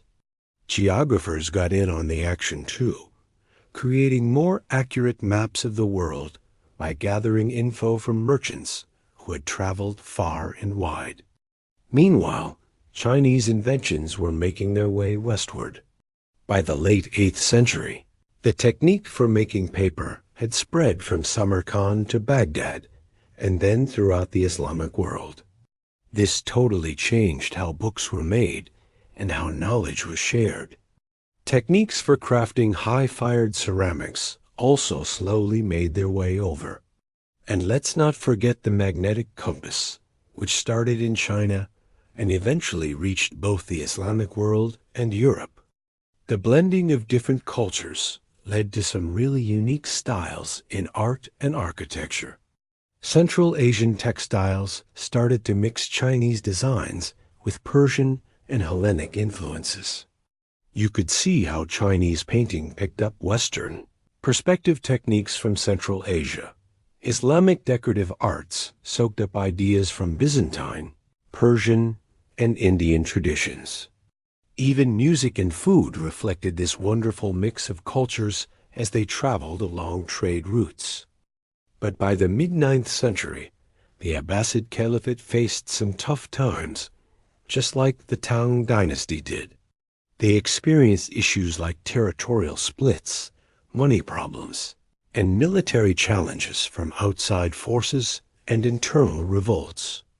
The golden age of the Silk Road was winding down as both its eastern and western ends started to weaken. Still, the commercial and cultural networks that had been built during this time were surprisingly strong, surviving through political chaos to set the stage for the next big wave of Eurasian interaction under the Mongols. The impact of this golden age is still felt today in so many ways, from the paper we write on to the numbers we use for calculations, from the crops that change diets around the world to the religious traditions that shape our societies. The cosmopolitan vibe of cities like Tankadal and Baghdad, where diversity was celebrated and knowledge was sought from all corners, stands out as one of history's most inspiring stories of cross-cultural connection. It's a true testament to our ability to engage peacefully and enrich each other's lives. Then came the thundering hooves of Mongol cavalry, echoing across the steppes, deserts, and mountains of Eurasia, signaling a new chapter in the story of this vast commercial network. What started as a unification of feuding nomadic tribes under a charismatic leader named Temujin would grow into the largest contiguous land empire ever seen. From the shores of the Pacific to the plains of Eastern Europe, the Mongol conquests initially brought destruction, but eventually led to a remarkable period of security, stability, and renewed prosperity for the ancient trade routes. This saga kicks off in the tough grasslands of Mongolia, where Temujin, born around 1162, set out on a lifelong mission to unite the warring nomadic clans. With a mix of military smarts, political skill, and a fierce determination, he took down rivals and pulled the Mongol tribes together. In 1206, a big gathering of Mongol leaders crowned him as Genghis Khan, universal ruler, and that's how the Mongol Empire came to be.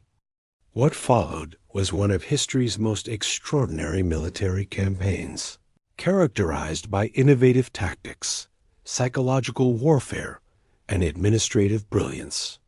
The initial Mongol conquests devastated the established trade network.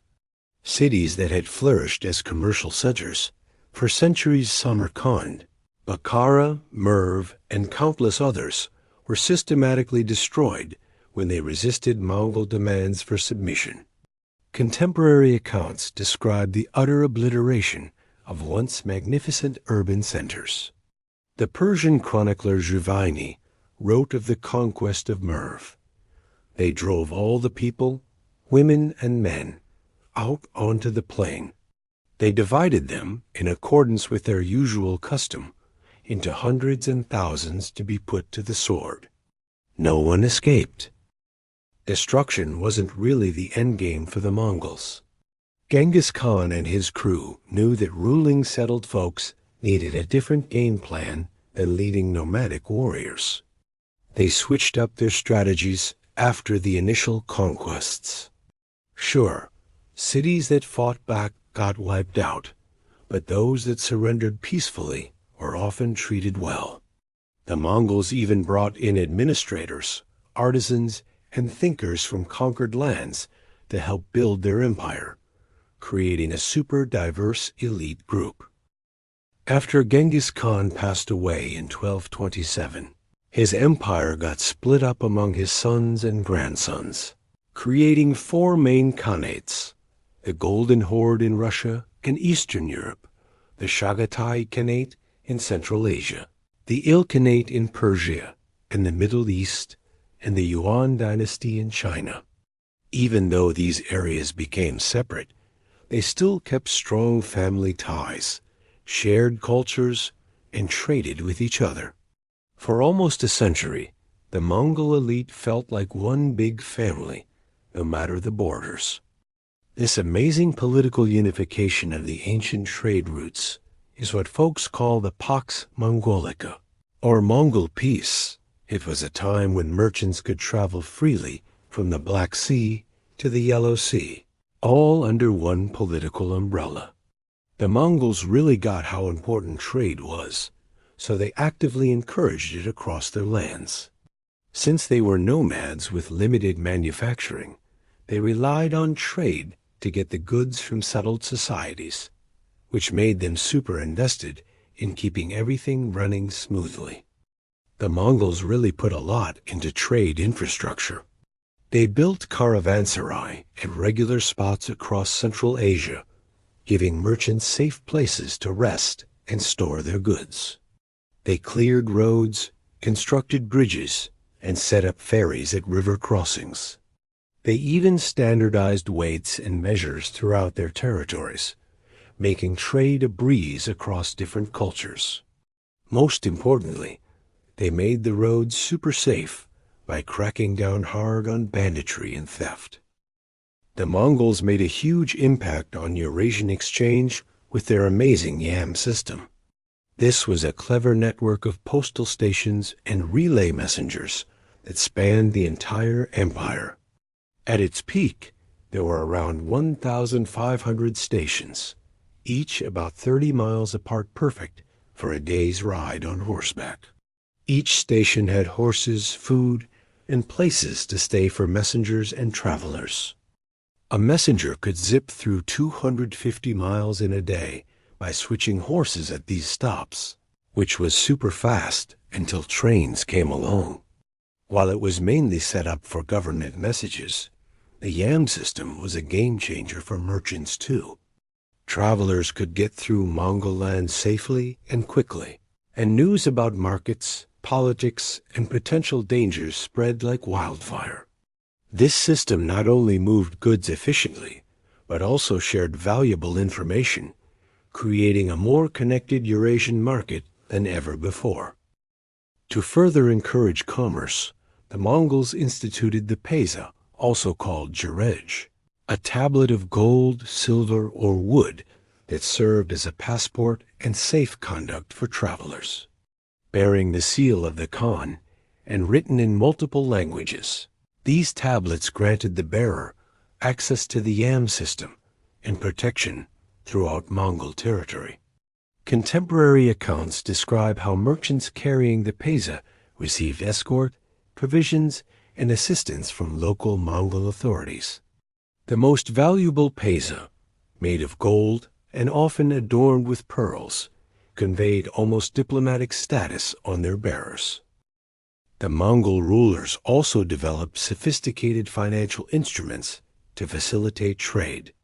During the Yuan dynasty in China, Kublai Khan introduced paper money backed by silk and precious metals, creating a stable currency for a vast territory. The Ilkhanate experimented with similar monetary innovations. Bills of exchange allowed merchants to deposit money in one city and withdraw it in another, eliminating the need to transport large amounts of precious metals across dangerous territory. These financial innovations reduced the costs and risks of long-distance trade.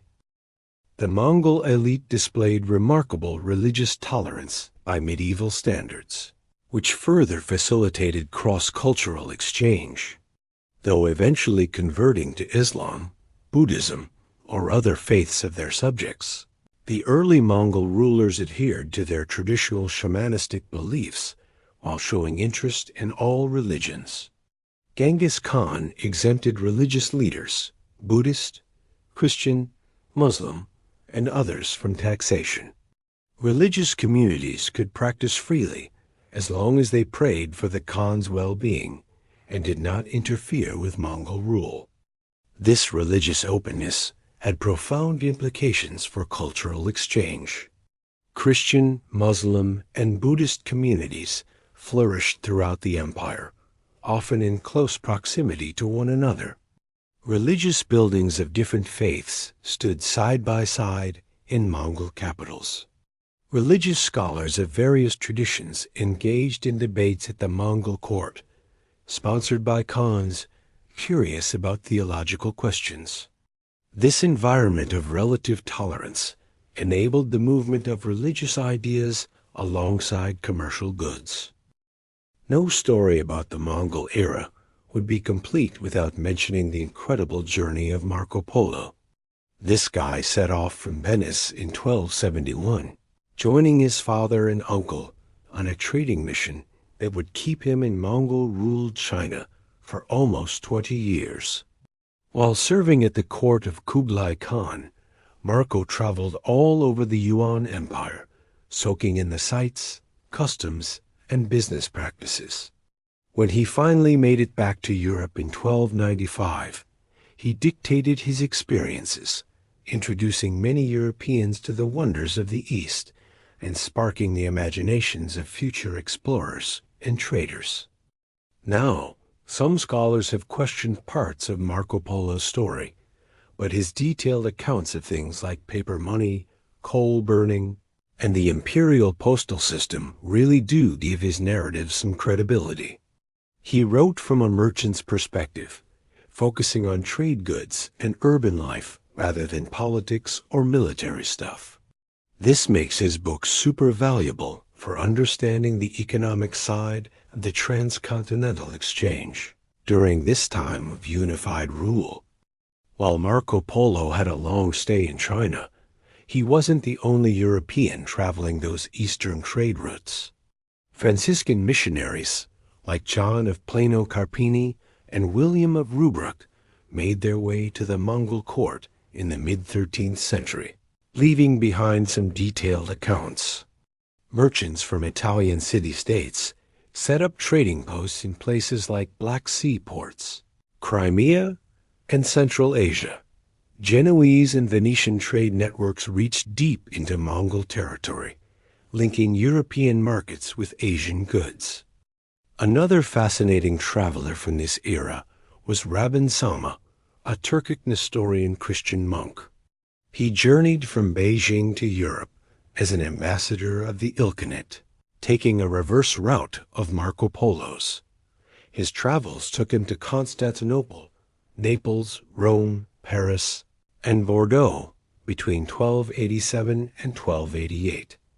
He even celebrated Mass with Pope Nicholas IV and met with European kings like Philip IV of France and Edward I of England. His journey is a great symbol of the amazing connectivity across Eurasia under Mongol rule. And let's not forget Ibn Battuta, the legendary Moroccan traveler of the 14th century. He also took advantage of the safety provided by the Mongol realms during his epic journeys across Asia, Africa, and Europe. His travels led him through the territories of the Golden Horde and Chagatai Khanate, and he left behind detailed descriptions of the bustling commercial cities he encountered. His observations of paper money, postal stations, and trade practices lined up nicely with what Marco Polo had shared earlier. During this exciting time of transcontinental trade, the variety and amount of goods exchanged were unmatched. Chinese silk and porcelain kept flowing west in greater numbers than ever. The stunning blue and white porcelain, which later became a hallmark of Chinese ceramics, emerged during the Yuan dynasty, blending Middle Eastern tastes with cobalt pigments from Persia. This mix of Chinese craftsmanship and West Asian styles really shows how commerce during the Mongol era brought cultures together. Technologies spread faster than ever before. Printing, which started in China, made its way west through Mongol lands, reaching Persia and then Europe. Gunpowder and its weapons also traveled from China to the Islamic world and Europe during this time. Plus, new farming techniques, fruit varieties, and irrigation methods transformed food production all across Eurasia. The Mongol era was a time of amazing scholarly and scientific sharing. Persian and Arab astronomers collaborated in Chinese observatories, while Chinese math and calendar knowledge influenced science in the Middle East. Medical insights from Chinese, Indian, Persian, and Greek traditions flowed throughout the empire, coming together in multilingual medical texts. The well-known Persian doctor Rashid al-Din, who worked for the Ilkhanate, even created comparative studies of Chinese and Islamic medicine. Artistic styles and techniques flowed easily across cultures. You could see Chinese symbols like the lotus, peony, and dragon in Persian miniatures and textiles. Persian designs also made their mark on Chinese painting and ceramics. That iconic blue and white porcelain we associate with Ming Dynasty art actually started during the Yuan period, thanks to cobalt pigment from Persia.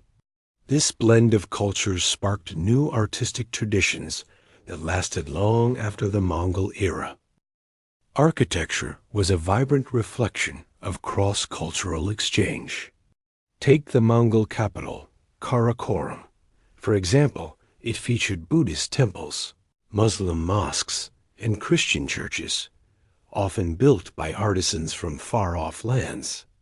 In China, you could spot Islamic design elements in traditional buildings, while in Persia and Central Asia, East Asian styles influenced decorations and construction. These architectural blends truly showcased the incredible cultural mix of the time. The Mongol era was all about moving not just goods and ideas, but also people. The Mongols moved skilled artisans and thinkers from conquered lands to meet their needs. Persian astronomers found jobs in Chinese observatories, while Central Asian Muslim administrators joined the Yuan government. Chinese siege engineers even helped in Mongol campaigns across the Middle East. These migrations led to diaspora communities that played a key role in sharing culture.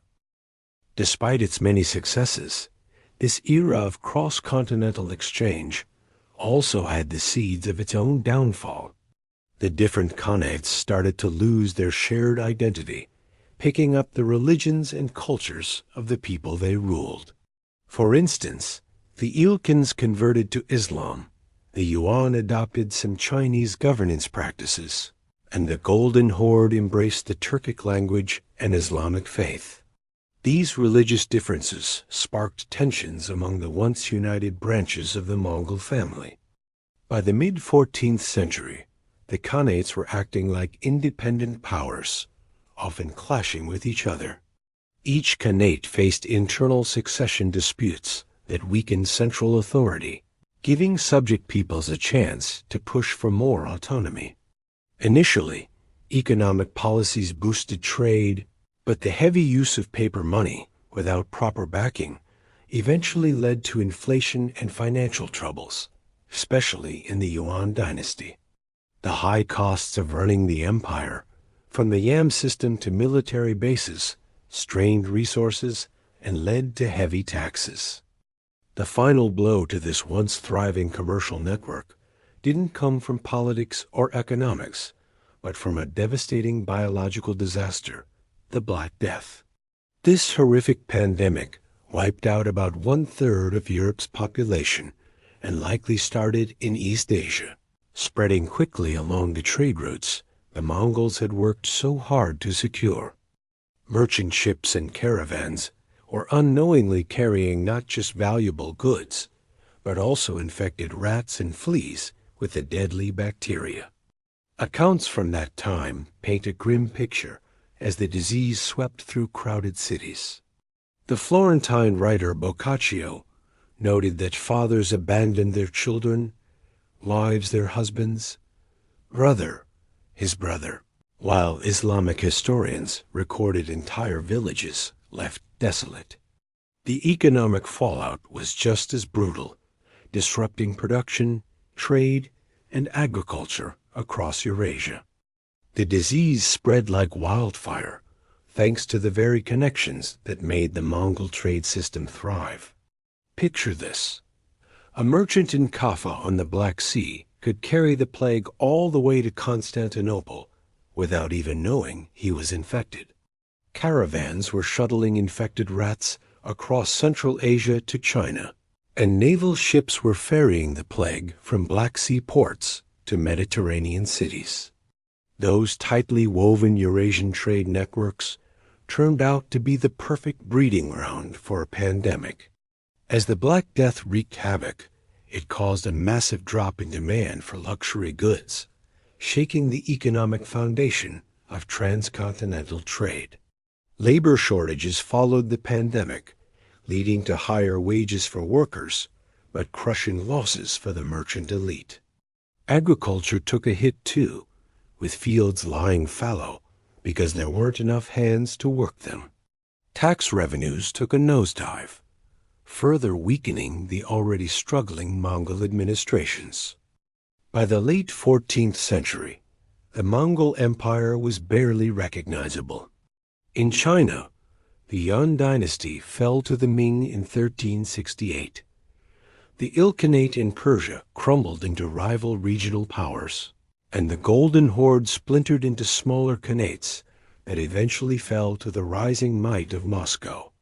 Only in Central Asia did Mongol rule linger longer, with Tamerlane, stepping in to claim Genghis Khan's legacy while building his own empire around Samarkand. The trade networks that popped up during this time of unified rule turned out to be tougher than the political systems that made them possible. Sure, trade kept flowing along those ancient routes, but it was at a lower volume and came with more risks and costs. Merchant communities like the Venetians, Genoese, Armenians, Jews, Arabs, and Persians adapted to the shifting political scene and kept their businesses running. The cool part? The knowledge, tech, and culture exchanged during the Mongol era became a permanent part of the societies they touched. Now, the legacy of the Mongol period for global trade is kind of a mixed bag. On one hand, their conquests wrecked a lot of urban centers that were key to commerce. But on the flip side, the stability that followed opened the door for even bigger and more robust trade than ever before. The Mongols were both destroyers and builders, breaking down old systems to create new, often more efficient ones. One of the biggest long-term impacts of the Mongol era was the incredible exchange of information between far-flung civilizations. Europeans finally got a clearer picture of Asia than ever before, while the Chinese picked up on European and Middle Eastern technologies and ideas. Practical knowledge started flowing. Think Persian astronomy tools, Chinese printing methods, Arab algebra, and shipbuilding techniques from across Eurasia. This sharing really sped up technological progress everywhere. Marco Polo's travels, despite some exaggerations, are a great example of this info swap. His tales of paper money, burning coal, efficient tax systems, and postal services opened European eyes to Chinese innovations they'd never dreamed of. While the immediate uses of this knowledge were limited, it helped broaden European minds, paving the way for the experimental spirit of the Renaissance and the Age of Exploration. The Mongol era marked both the peak of the ancient Eurasian exchange system and the start of its change. The success of their transcontinental peace made it easier for East and West to connect, but it also set the stage for shifts that would make the old overland routes less vital. European sailors, inspired by Marco Polo's stories of Asian riches, soon began looking for direct sea routes to the east, skipping over the complicated network of middlemen that had defined trade before. As the 14th century wrapped up, the ancient routes between East and West were still in use, but faced growing challenges from political chaos, economic shifts, and new maritime options. The Mongol vision of a universal empire had faded, but the cultural and commercial ties formed during their reign left a lasting mark on world history, shaping our modern global civilization in ways we still feel today. The tolling of church bells across Europe marked each new wave of the plague, a sad echo to the muezzin's call heard in other cities, suffering just as much, from Cairo to Samarkand. The Black Death, which first emerged in Crimea around 1347, spread through the connected Eurasian world with shocking speed, traveling along the same trade routes that had supported centuries of thriving commerce. By the early 1350s, when the worst had passed, the pandemic had wiped out about a third of Europe's population, and similar numbers in the Middle East, Central Asia, and China. This disaster hit hard at the transcontinental network that had flourished under Mongol rule. Beyond the immediate loss of life, the economic fallout was staggering. Demand for luxury goods plummeted, labor became scarce, farmland was left to ruin, and tax revenues dropped. The plague bacteria, carried unknowingly by merchants and their wares, showed just how risky Eurasian connectivity could be. The same routes that once delivered silk, spices, and ideas now spread tiny, deadly germs. The timing of this pandemic was really crucial, hitting just as the Mongol Empire was falling apart. The Golden Horde, which ruled the Western Steppe, had already adopted Islam and drifted away from its Mongol roots. The Ilkhanate in Persia completely fell apart after Abu Sa'id died in 1335, breaking into rival regional dynasties. Meanwhile, the Chagatai Khanate in Central Asia split into eastern and western sections, each going its own way politically.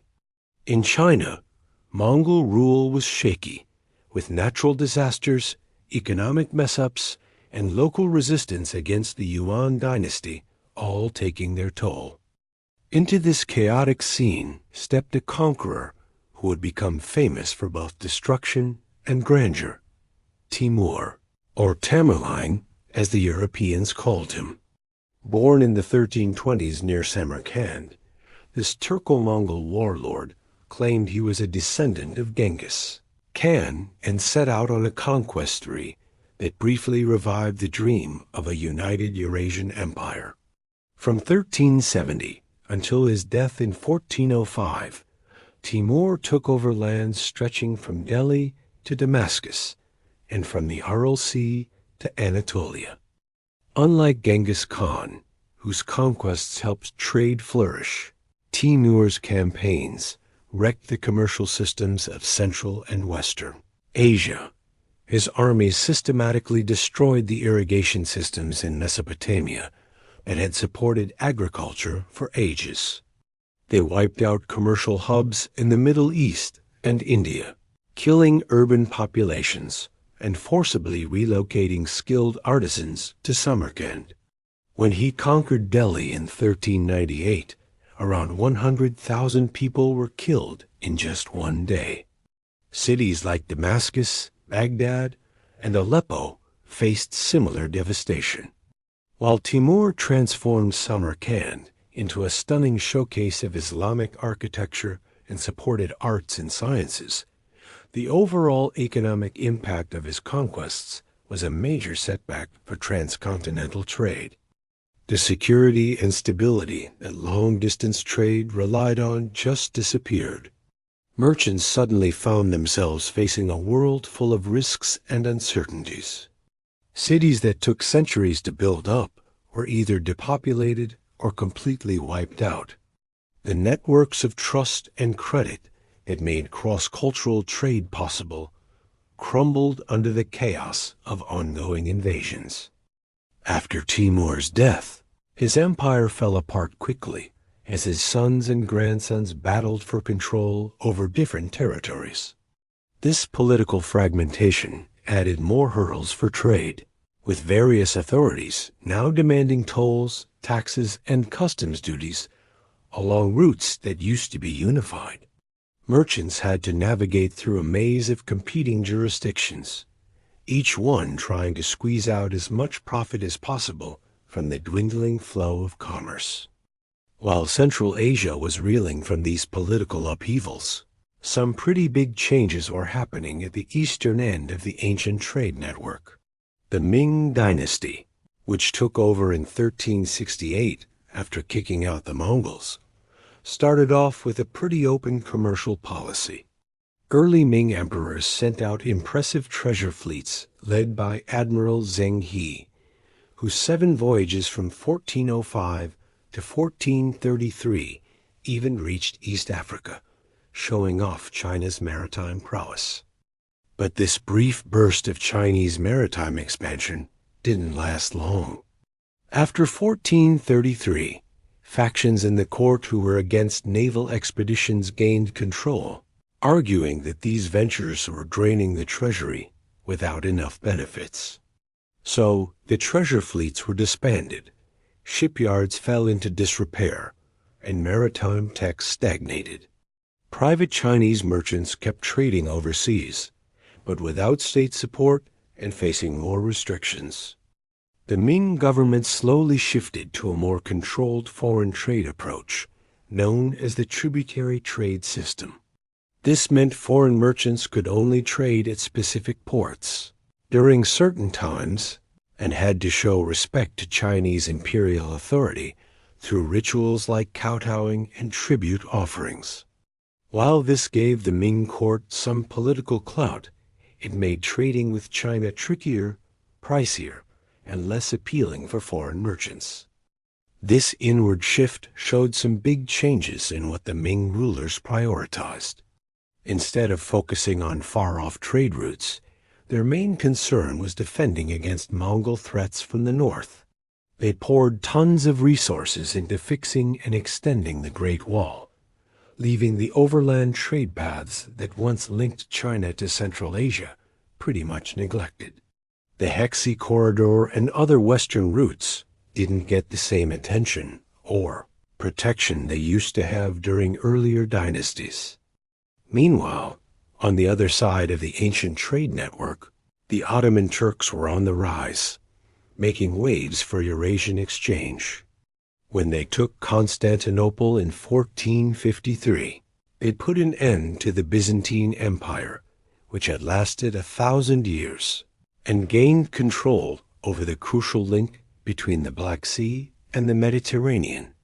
By the early 16th century, the Ottomans had expanded their territories to cover most of the Middle East, North Africa, and southeastern Europe areas that were vital to the transcontinental trade system. At first, the Ottoman conquest shook up established trading patterns, especially for Italian merchants who had built strong ties with the Byzantine authorities. But the Ottomans quickly realized the importance of facilitating and taxing commerce through their lands. Under Mehmed II and his successors, Constantinople transformed into a buzzing commercial hub, complete with new markets, caravanserai, and port facilities. While the Ottomans generally protected foreign merchants, they also made sure to extract substantial revenues through customs duties and permits. However, as the Ottomans tightened their grip on traditional trade centers, they also created new challenges for European merchants. Venetian and Genoese traders, who had long dominated trade with the East, found their positions threatened by Ottoman policies that favored Muslim traders. Even though Asian goods still flowed into Europe, European merchants faced higher costs and more uncertainties when trading in Ottoman territories. These shifting dynamics at both ends of the ancient trade network, Ming isolation in the East and Ottoman control in the West, led to some adjustments within the traditional system. But a bigger challenge was brewing that would eventually push the old overland routes. Aside for new maritime connections, European ocean exploration. The Portuguese were at the forefront of this maritime revolution, fueled by a mix of commercial ambition, religious fervor, and some nifty tech innovations. Under Prince Henry the Navigator in the early 15th century, Portuguese captains began exploring the African coastline, tweaking ship designs and navigation techniques with every journey. Their big goal? To dodge Muslim-controlled trade routes and connect directly with the sources of Asian wealth. They hit a major milestone in 1488, when Bartholomew Dias rounded the Cape of Good Hope at Africa's southern tip. Fast forward a decade, and Vasco da Gama made it to India, landing in Calicut in May 1498 and returning to Portugal with spices that made a jaw-dropping 6,000% profit. This successful voyage showed just how viable the long sea route to Asia was, cutting out the complicated middlemen that had dominated the old network. The Portuguese quickly jumped on this success, setting up fortified trading posts from East Africa to the Spice Islands, now Indonesia, Macau, and Japan. Their game plan focused on naval power instead of land control, using advanced ships and gunpowder weapons to seize key maritime choke points and score better trading deals with local rulers.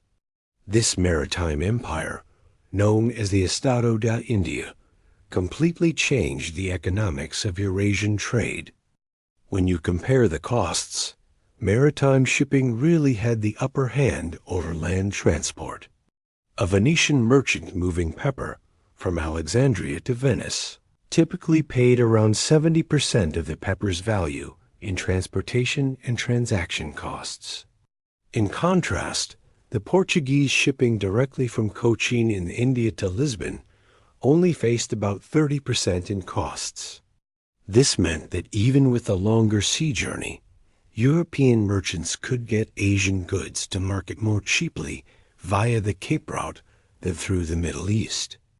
The Spanish jumped into the maritime race, backing Christopher Columbus's quest to find a westward route to Asia across the Atlantic. Even though Columbus stumbled upon the Americas instead, the Spanish quickly built their own global maritime empire. Ferdinand Magellan's expedition from 1519 to 1522, which circumnavigated the globe, marked a new era of ocean connectivity. However, the high costs and heavy losses during this groundbreaking journey showed its challenges. By the mid-16th century, a big chunk of luxury goods that once traveled those ancient routes between China and the Mediterranean were now making their way by sea. Portuguese ships, like carracks and galleons, were bringing in Chinese silk and porcelain, Indian cotton and spices, and Southeast Asian aromatics straight to European ports.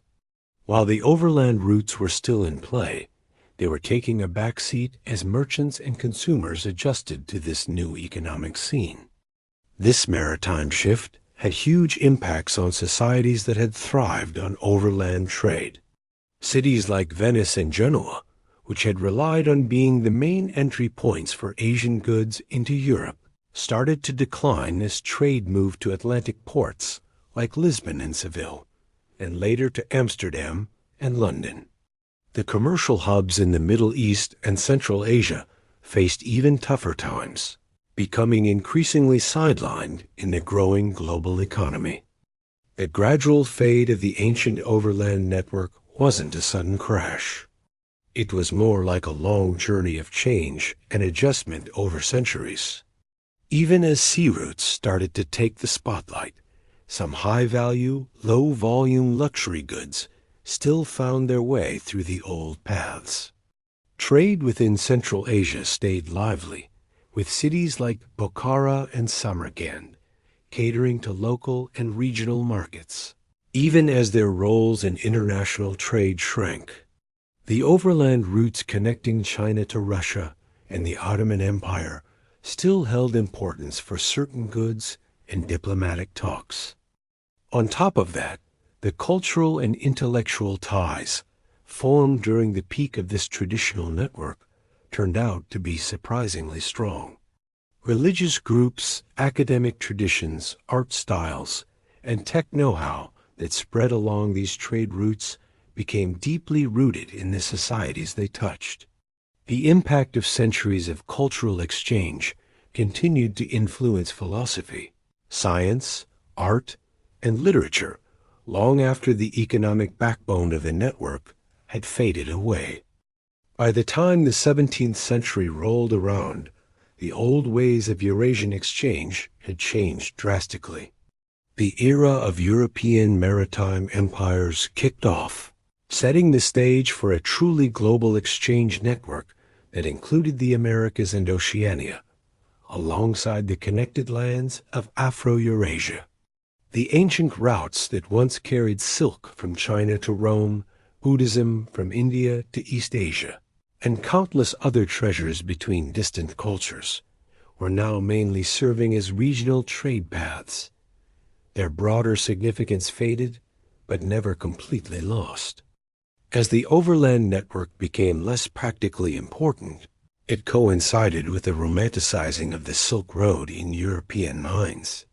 With more direct contact with China, Europeans gained a clearer understanding of silk production, geography, and Chinese society, yet they also turned these ancient trade routes into legends filled with mystery and adventure.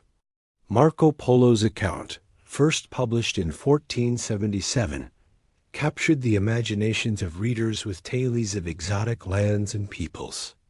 Even as the old commercial network faded as a reality, it transformed into a strong cultural symbol of connection and exchange between East and West.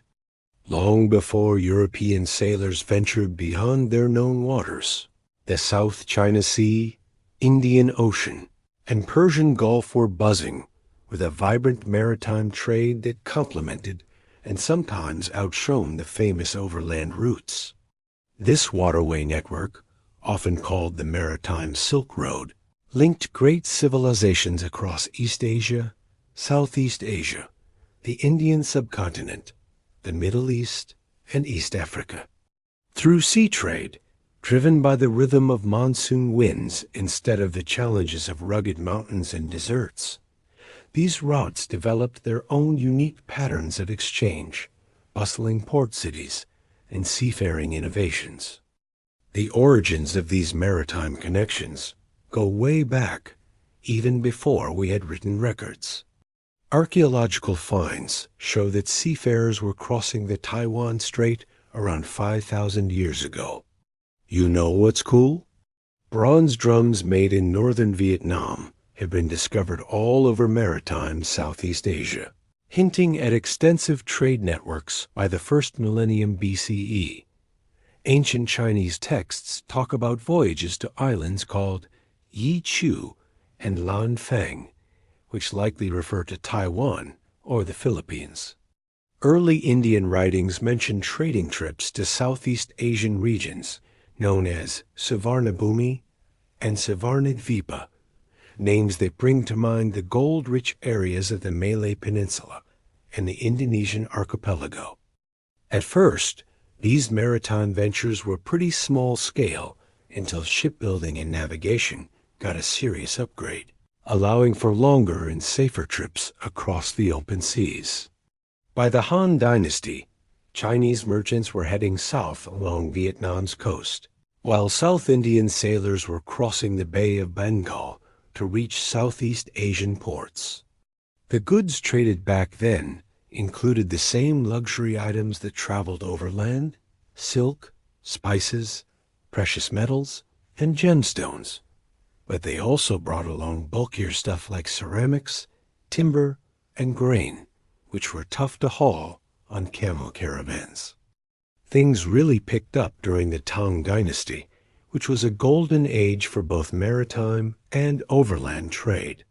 Chinese ships were making regular stops at ports all over Southeast Asia, and Persian and Arab vessels even reached Guangzhou, Canton. The Tang set up maritime customs offices at key ports like Guangzhou, Hangzhou, and Yangzhou to manage and tax this booming trade. These cities became bustling hubs where merchants from all over established semi-permanent communities, complete with their own places of worship, markets, and legal systems.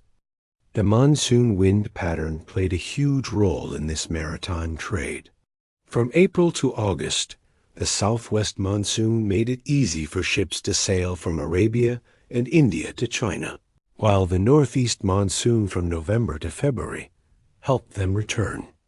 This natural rhythm created a reliable schedule for departures and arrivals, with ships often spending months in foreign ports, waiting for the right winds.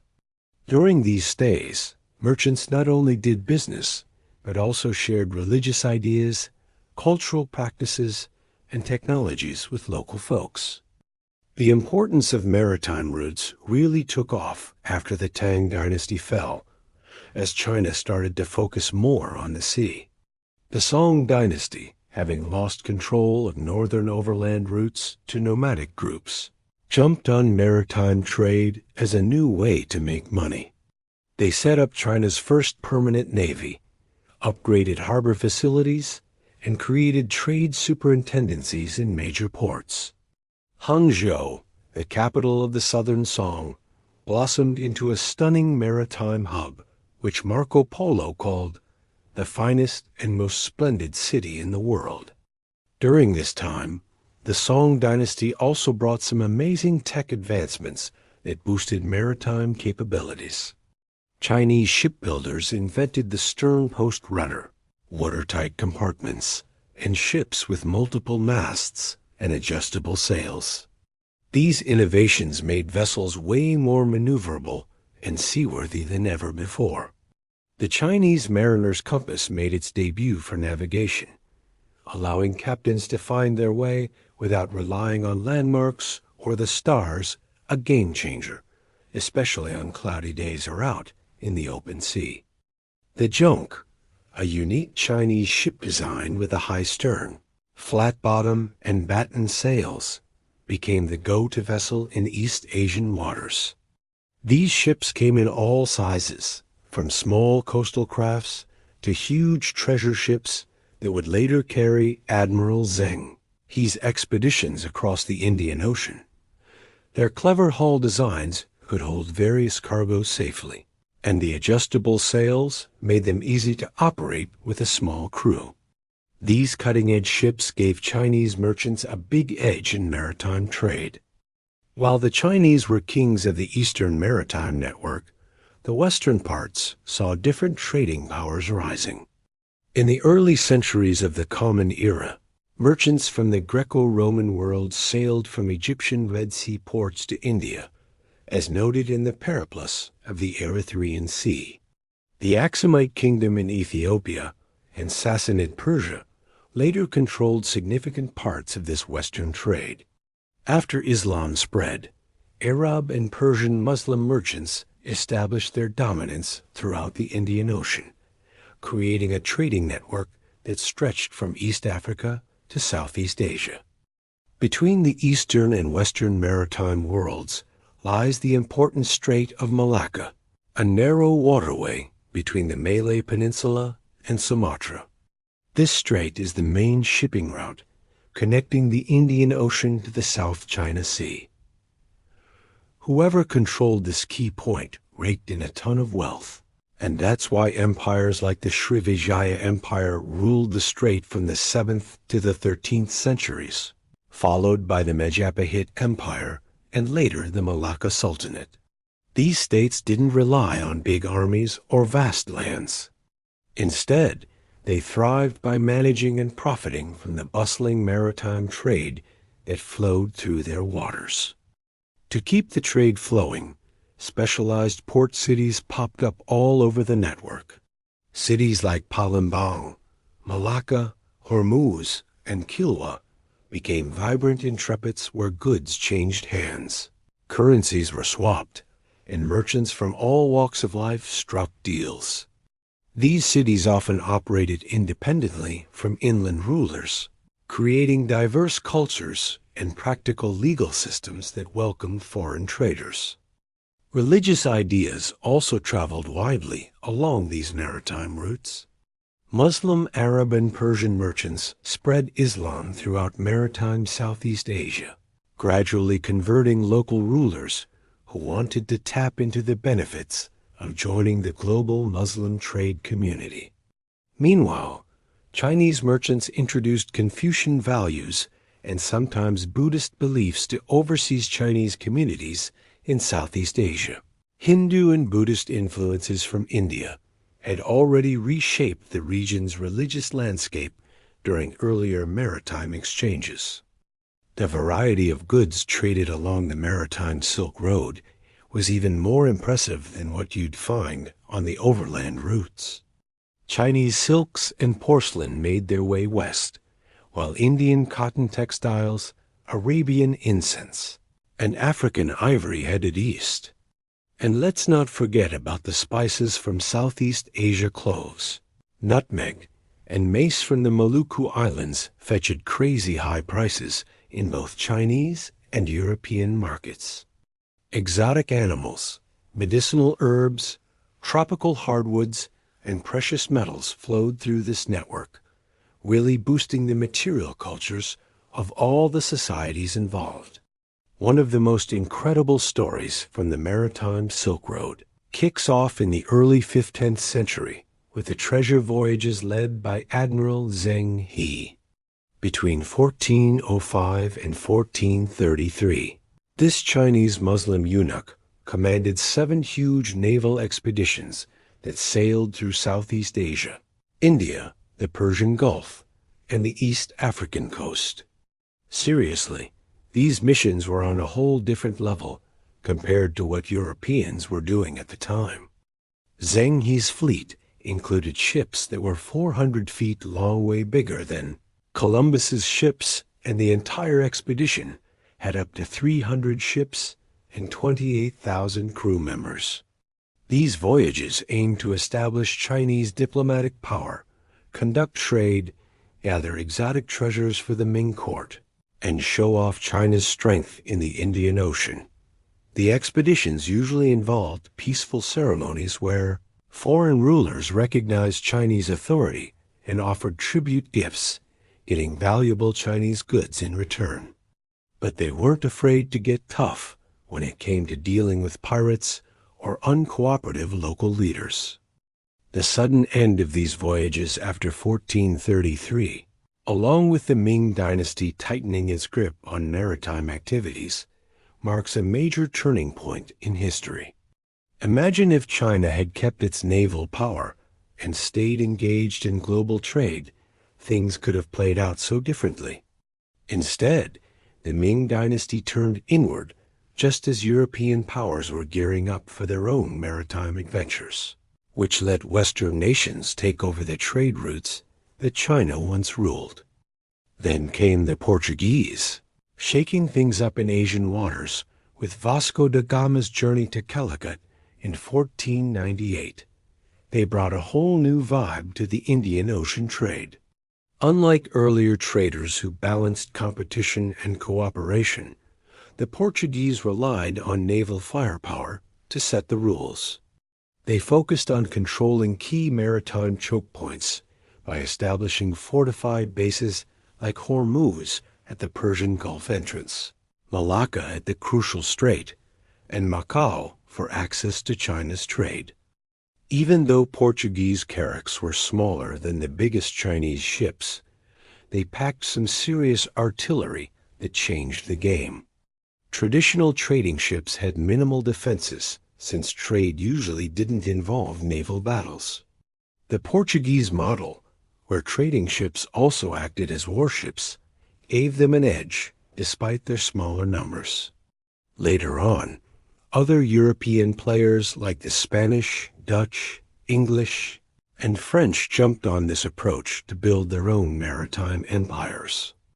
The impact of European intervention on the maritime Silk Road was pretty varied. In places like the Spice Islands, traditional trading patterns took a hit due to European monopolies and forced farming practices. But not everyone was thrown off balance. Many Asian merchants adapted, forming alliances with European powers or carving out their own niches where they still had the upper hand. Diaspora trading communities like the Parsis, Gujaratis, and overseas Chinese really thrived as middlemen between European companies and local producers. The Portuguese, followed by other European powers, set up direct maritime routes connecting Asia to Europe through the Cape of Good Hope, and later between Asia and the Americas across the Pacific. This shift gradually changed the ancient maritime Silk Road from a mostly self-contained Asian trading system into part of a growing global network. Ports that used to focus on local trade became crucial hubs in worldwide supply chains, handling goods meant for consumers on far-off continents. By the 18th century, the traditional maritime routes were fully integrated into the European-dominated trading system. Spanish galleons were busy linking Manila with Acapulco, moving Asian goods to the Americas while bringing American silver back to China. The English East India Company shipped Chinese tea to Britain and Indian cotton textiles to Africa and the Americas, while Dutch ships brought Indonesian spices to Amsterdam for distribution throughout Europe. So, while the old Asian maritime trade patterns didn't vanish, they became part of a new economic order that revolved around European interests. The legacy of the maritime Silk Road is still alive and kicking in many parts of our modern world. Just look at the multicultural port cities it helped create. Singapore, Hong Kong, Mumbai, and Dubai, they're all bustling hubs in today's global economy. The rich and diverse cuisines found in coastal regions across Asia and East Africa showcase centuries of cultural exchange, blending unique ingredients and cooking techniques. You can also see the influence of trade in the religious landscapes from East Africa to Indonesia, where conversions often followed these trading connections. Even today, the maritime shipping industry is built on the foundations laid by these ancient routes, with specialized ports, international legal systems, and interconnected supply chains that keep the world moving. In recent years, rising Asian economies, especially China, have looked back to the maritime Silk Road, using it as a historical reference and a metaphor for their growing ties with the global community. China's Belt and Road Initiative explicitly points to both the overland and maritime aspects of these ancient trade networks as blueprints for modern infrastructure and economic growth. This nod to history shows that the significance of these routes goes beyond just being interesting tales from the past. They reflect ongoing hopes for connectivity and prosperity across Eurasia. The story of the maritime Silk Road adds depth to the narrative of its overland counterpart, painting a fuller picture of the complex exchanges that linked distant civilizations and shaped human societies across the Afro-Eurasian world. Behind all those epic stories of empires, religions, and trade, there's a really important human side to the ancient network. the everyday lives of the countless folks who thrived along these famous routes. Think about the merchants steering camel caravans over rough terrain, the innkeepers who welcomed them with open arms, the farmers who shared their meals, and the artisans crafting goods for far-off markets. These everyday heroes kept the amazing connections alive that linked distant civilizations. Living as a merchant was a mix of huge opportunities and big risks. Most traders didn't cover the entire network. They focused on specific segments. For instance, a Sogdian merchant might travel between Samarkand and Changan, while a Persian trader worked the routes from Mesopotamia to Central Asia. This focus helped them gain deep insights into local languages, customs, and market trends, crucial know-how for making successful deals. Getting organized was key for those diving into long-distance trade. Family partnerships were super common, with male relatives spread across different cities to build a network based on family ties. Picture a merchant house with one brother in Bokhara, another in Merv, and a third in Kashgar, creating a trusted chain of agents to handle shipments, negotiate sales, and share profits. These family connections often lasted generations, with sons learning the trade from a young age and eventually stepping into their father's shoes. For tough journeys through rough terrain, merchants often banded together to form caravans. Think of them as temporary teams for protection and support. A typical caravan would have several merchant groups, each with their own goods and pack animals, traveling together under the guidance of a caravanbashi. This seasoned leader knew the routes like the back of their hand, including where to find water, the tricky passes, and the best spots to camp. The caravanbashi also handled negotiations with local authorities for passage rights, organized guards, and sorted out any disputes that popped up among travelers. The choice of pack animals really depended on the landscape and weather. Bactrian camels, with their 2 humps and thick fur, were perfect for the cold deserts and mountains of Central Asia. Dromedaries, with their single humps and leaner bodies, were better suited for the hot deserts of Arabia and North Africa. Horses were great for quick transport of lightweight goods and messages, while mules were reliable for navigating mountain paths. In the high elevations of the Tibetan plateau, yaks were the go-to animals.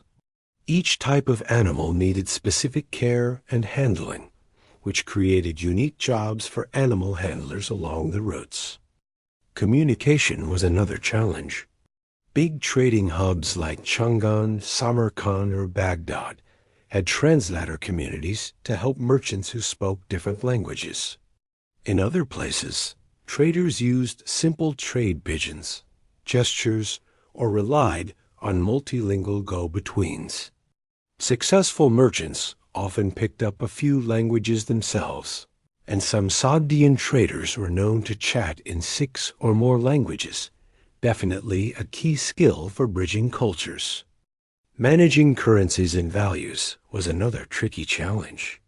You had silver dirhams from the Islamic world, copper cash from China, gold bezants from Byzantium, and even uncoined precious metals all floating around different parts of the trade network. Money changers in the big markets offered conversion services, but let's be real, their rates weren't always great.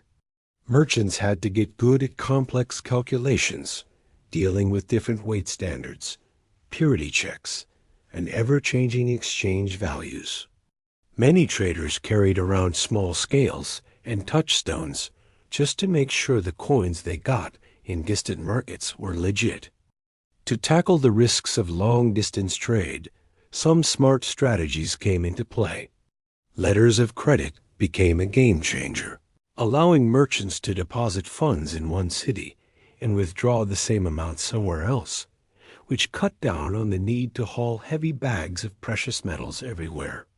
Then there were commenda partnerships that spread the risk among several investors. In these setups, Sleeping partners would provide the cash, while traveling partners took care of the hard work and expertise on the road. Some merchants even mixed things up by sending their shipments across different caravans, making sure that if one group ran into trouble, they wouldn't lose everything. Religious faith was another companion for merchants on their journeys, offering both spiritual support and practical community ties. Muslim traders could find mosques and fellow believers in cities across Central Asia and China. Christian merchants, especially Nestorians and Armenians, kept churches and trading posts along the routes. Jewish merchants tapped into a network of Jewish communities stretching from Spain to China, where they could practice their faith, find kosher food, and get a place to stay with others who shared their beliefs. These religious connections often doubled as business networks, with places of worship serving as hubs for trading info and forming partnerships. Despite all these strategies, merchants still faced serious physical dangers. Bandits often lurked in remote areas, especially in mountain passes and desert edges, where local authority was weak. Natural hazards also took their toll. Think sandstorms in the Taklamakan Desert, blizzards in the Pamir Mountains, and flash floods in dry regions. Plus, disease was a constant worry, with merchants encountering unfamiliar pathogens as they moved through different environments. Sadly, many traders never made it back from their journeys, their stories only briefly mentioned in business letters. The success of transcontinental trade wasn't just about the merchants hauling goods. It also relied heavily on the infrastructure that made their journeys possible. Enter the caravanserai. Think of it as a fortified inn where travelers and their animals could find safe lodging. These places popped up all over the trade network, stretching from Anatolia to China, and while they had some regional flair, they generally followed a similar design.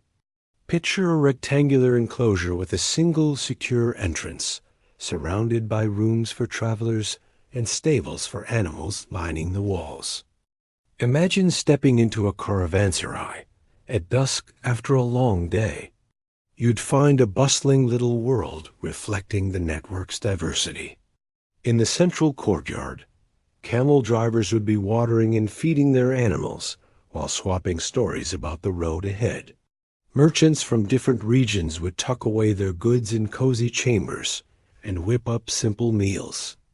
In the common areas, everyone would share the latest news from far-off cities, political happenings, market prices, and religious events, creating a lively oral information network that kept everyone in the loop.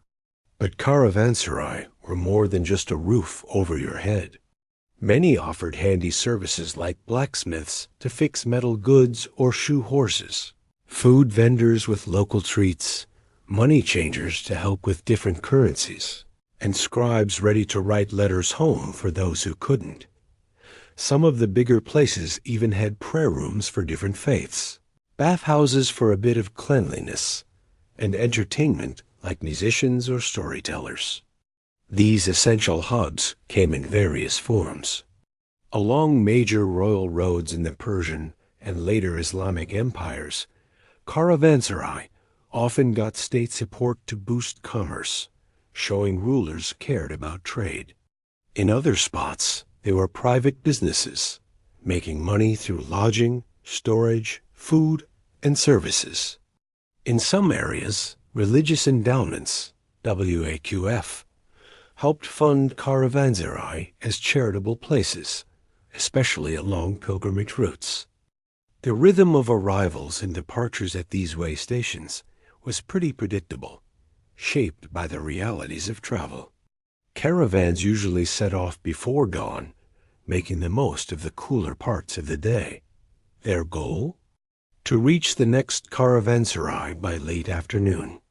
This way, they had enough time to secure a place to stay, care for their animals, whip up some meals, and handle any business before night fell. This routine created a unique flow along the routes, with travelers and goods moving smoothly through established points in the network. Between these hubs of commerce, diverse settled communities thrived, their lives closely tied to the passing trade. Farmers in oasis towns grew food for local folks and travelers alike. Think grains, fruits, veggies, and fodder for animals. These agricultural areas often specialized based on the trade opportunities available. For example, orchards filled with high-value fruits could replace basic grain fields, while cotton farming supported local textile workshops churning out goods for far-off markets. But these settled communities faced some serious environmental challenges. In desert oasis spots like Dunhuang or Turpan, intricate irrigation systems funneled meltwater from distant mountains to keep agriculture alive in nearly rainless conditions. Maintaining these systems required constant effort and smart organization to manage water rights.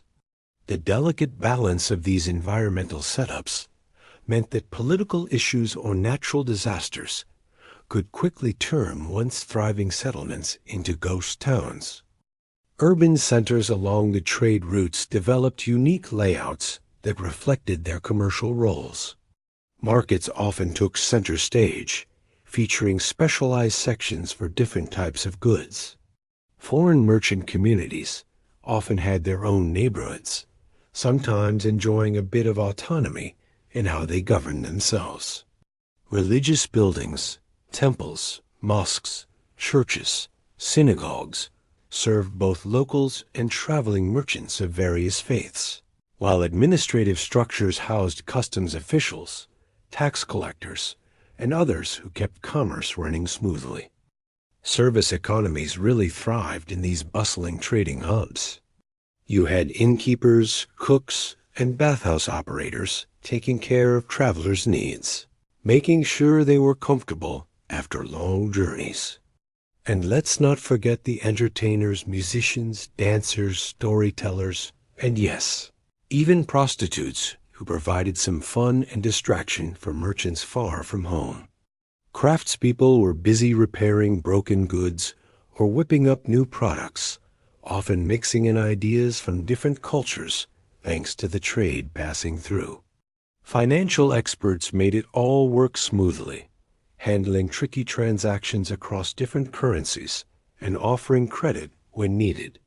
Together, these roles shaped vibrant urban economies that revolved around commerce.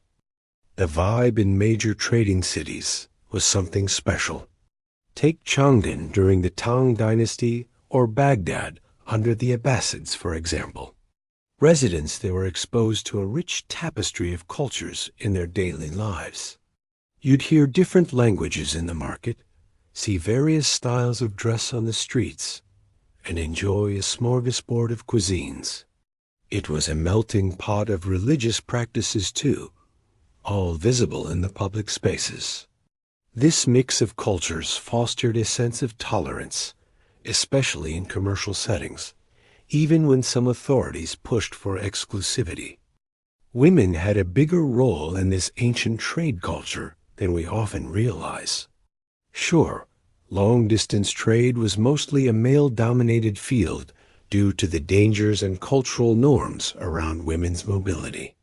But women were everywhere in trading centers, working as innkeepers, food vendors, textile makers, and sellers in the marketplace.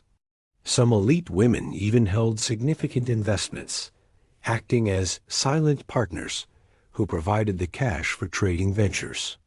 The textile industry, crucial to the trade network, relied heavily on women's labor. From Chinese silk workshops to Persian carpet factories, women were the ones spinning, weaving, and embroidering textiles that traveled far and wide. In places like Sogdiana, evidence shows women managed large textile workshops that produced luxury goods for export. Cross-cultural marriages were also common in these trading communities, creating families that embodied the spirit of connection. Chinese records mention Western merchants marrying local women in Tang Dynasty cities. In Central Asian oasis towns, genetic studies reveal a mix of ancestries. These marriages often served practical purposes, creating family ties that helped with business across cultures. Kids from these unions grew up in multicultural homes, picking up different languages and cultural skills that were super handy in trade.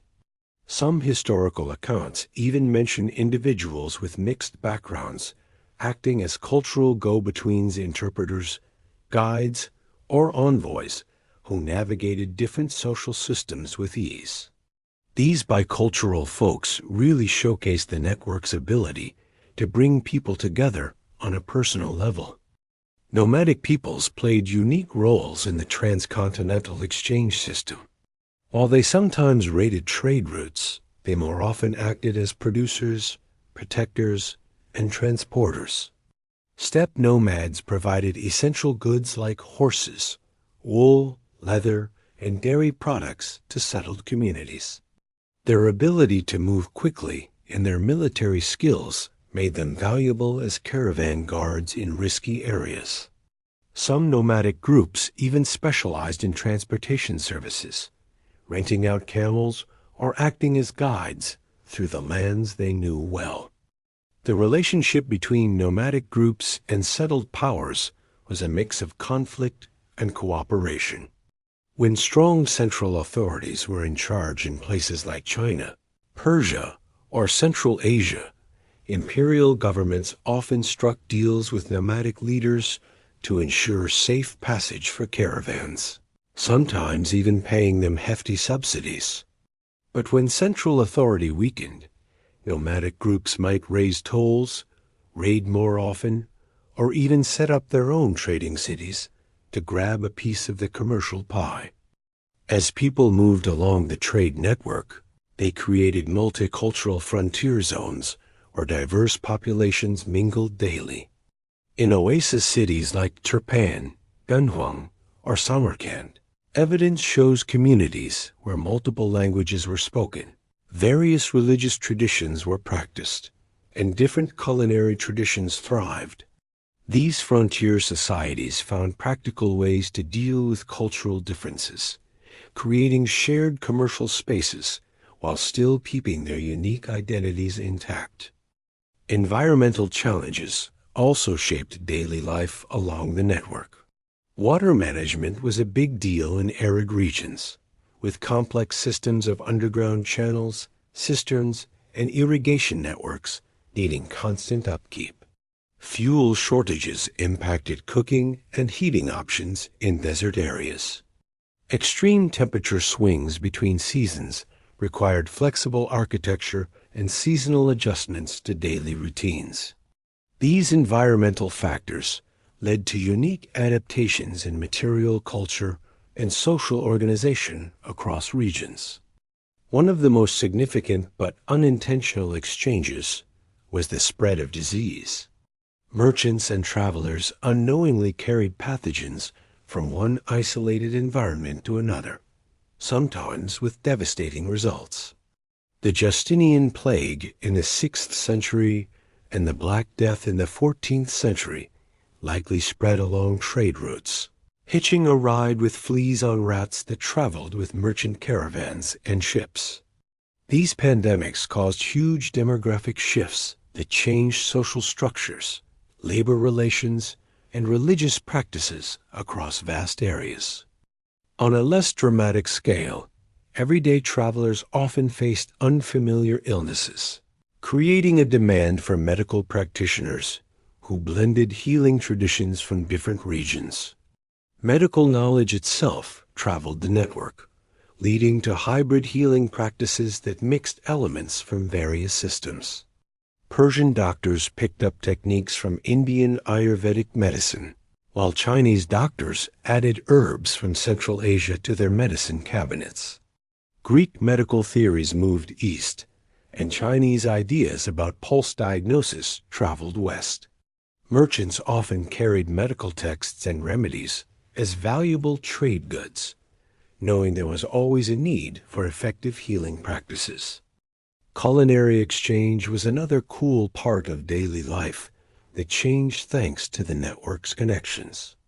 As crops moved like peaches and apricots from China to the Mediterranean, citrus fruits from Southeast Asia to the Middle East, and cotton from India to Central Asia, agricultural patterns and diets across Eurasia started to shift.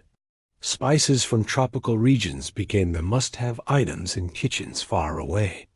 Plus, cooking techniques and food preservation methods traveled along with these ingredients, leading to fusion cuisines in bustling trading hubs. Entertainment and leisure in trading cities also showed off this cultural blending. Musicians picked up instruments and melodies from far-off places, mixing them into their performances. Board games like chess crossed cultural lines, changing rules and piece designs as they went, while keeping their core structure intact. Storytellers wove entailies from distant lands, creating narrative traditions that blended elements from various cultures. When it came to education, many trading communities focused on practical skills. Young boys learned arithmetic, weights and measures, geography, and foreign languages alongside their religious studies.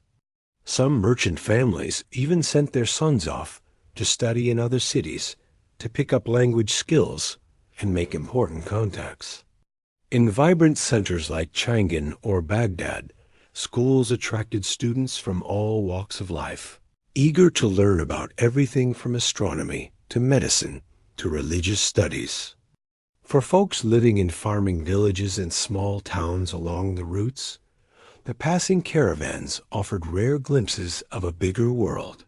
Merchants' arrivals meant chances to sell extra produce, buy little luxuries, or catch up on news from afar. Local craftspeople adapted designs from imported goods, gradually mixing foreign styles into their own traditions. Religious ideas also spread from trading centers into nearby rural areas, thanks to missionaries or local travelers coming back home. The archaeological record gives us a fascinating peek into daily life along these trade routes. Excavations at places like Panjikent in modern Tajikistan have uncovered regular houses with storage spaces for trade goods, workshops crafting items for export, and wall paintings showcasing merchant caravans and their activities. Personal belongings found in tombs and abandoned homes, like ceramic vessels that blend designs from various regions, textiles featuring different motifs, and imported luxury goods, really show how this network influenced everyday material culture. Written sources also shed light on the lives of individuals caught up in this commercial web. The Sogdian ancient letters found in a watchtower near Dunhuang include touching personal notes alongside business discussions. One letter from a merchant woman to her mother reveals her feelings of abandonment by her husband, while another recounts a group of Sogdian merchants forced to flee unrest in northern China. These rare first-hand accounts really bring to life the otherwise abstract patterns of historical trade. Religious buildings along these routes played both practical and spiritual roles in daily life. Buddhist monasteries provided lodging for travelers and acted as banks, holding valuables and facilitating money transfers across distances. Christian churches offered guest quarters for fellow believers. Mosques gave Muslim traders a familiar space for prayer and ritual cleansing while they were far from home. These institutions often gained wealth through donations from successful merchants looking for spiritual merit or community recognition. The rhythm of commercial life followed seasonal patterns shaped by climate and agriculture. In many areas, winter snows would close mountain passes, leading to distinct trading seasons. The annual Muslim pilgrimage to Mecca, Hajj, created regular trade fairs that drew merchants from all over the Islamic world. Harvest times dictated when certain goods were available for export. These natural and cultural calendars helped organize commercial activities across vast distances. Despite its cosmopolitan connections, daily life along the network was deeply rooted in local realities. Most people in trading cities focused on their immediate social circles, family, neighbors, religious communities, and professional guilds, while still benefiting from the economic opportunities and cultural influences that came with long-distance connections. The transcontinental commercial system added another layer to their experiences without replacing their local identities and traditions. The archaeological and textual evidence of daily life along the trade network doesn't paint a picture of a perfect multicultural paradise, nor does it show a world solely marked by conflict. Instead, it highlights how communities adapted to the chances and challenges of cross-cultural exchange. You see people working together commercially while keeping their unique identities. Individuals balancing different cultural systems while staying true to their traditions. And material cultures blending foreign influences while still holding on to local flavors.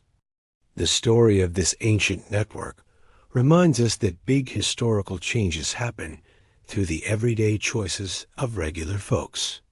Think about merchants weighing profits and risks, artisans tweaking designs to attract buyers from different places, innkeepers welcoming travelers from afar, and farmers changing their crops to meet new demands.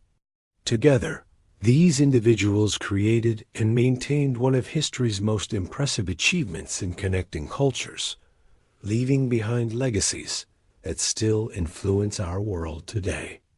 As the old routes that once carried silk and spices across continents slowly fell out of use, they left a rich legacy that continues to impact our modern lives.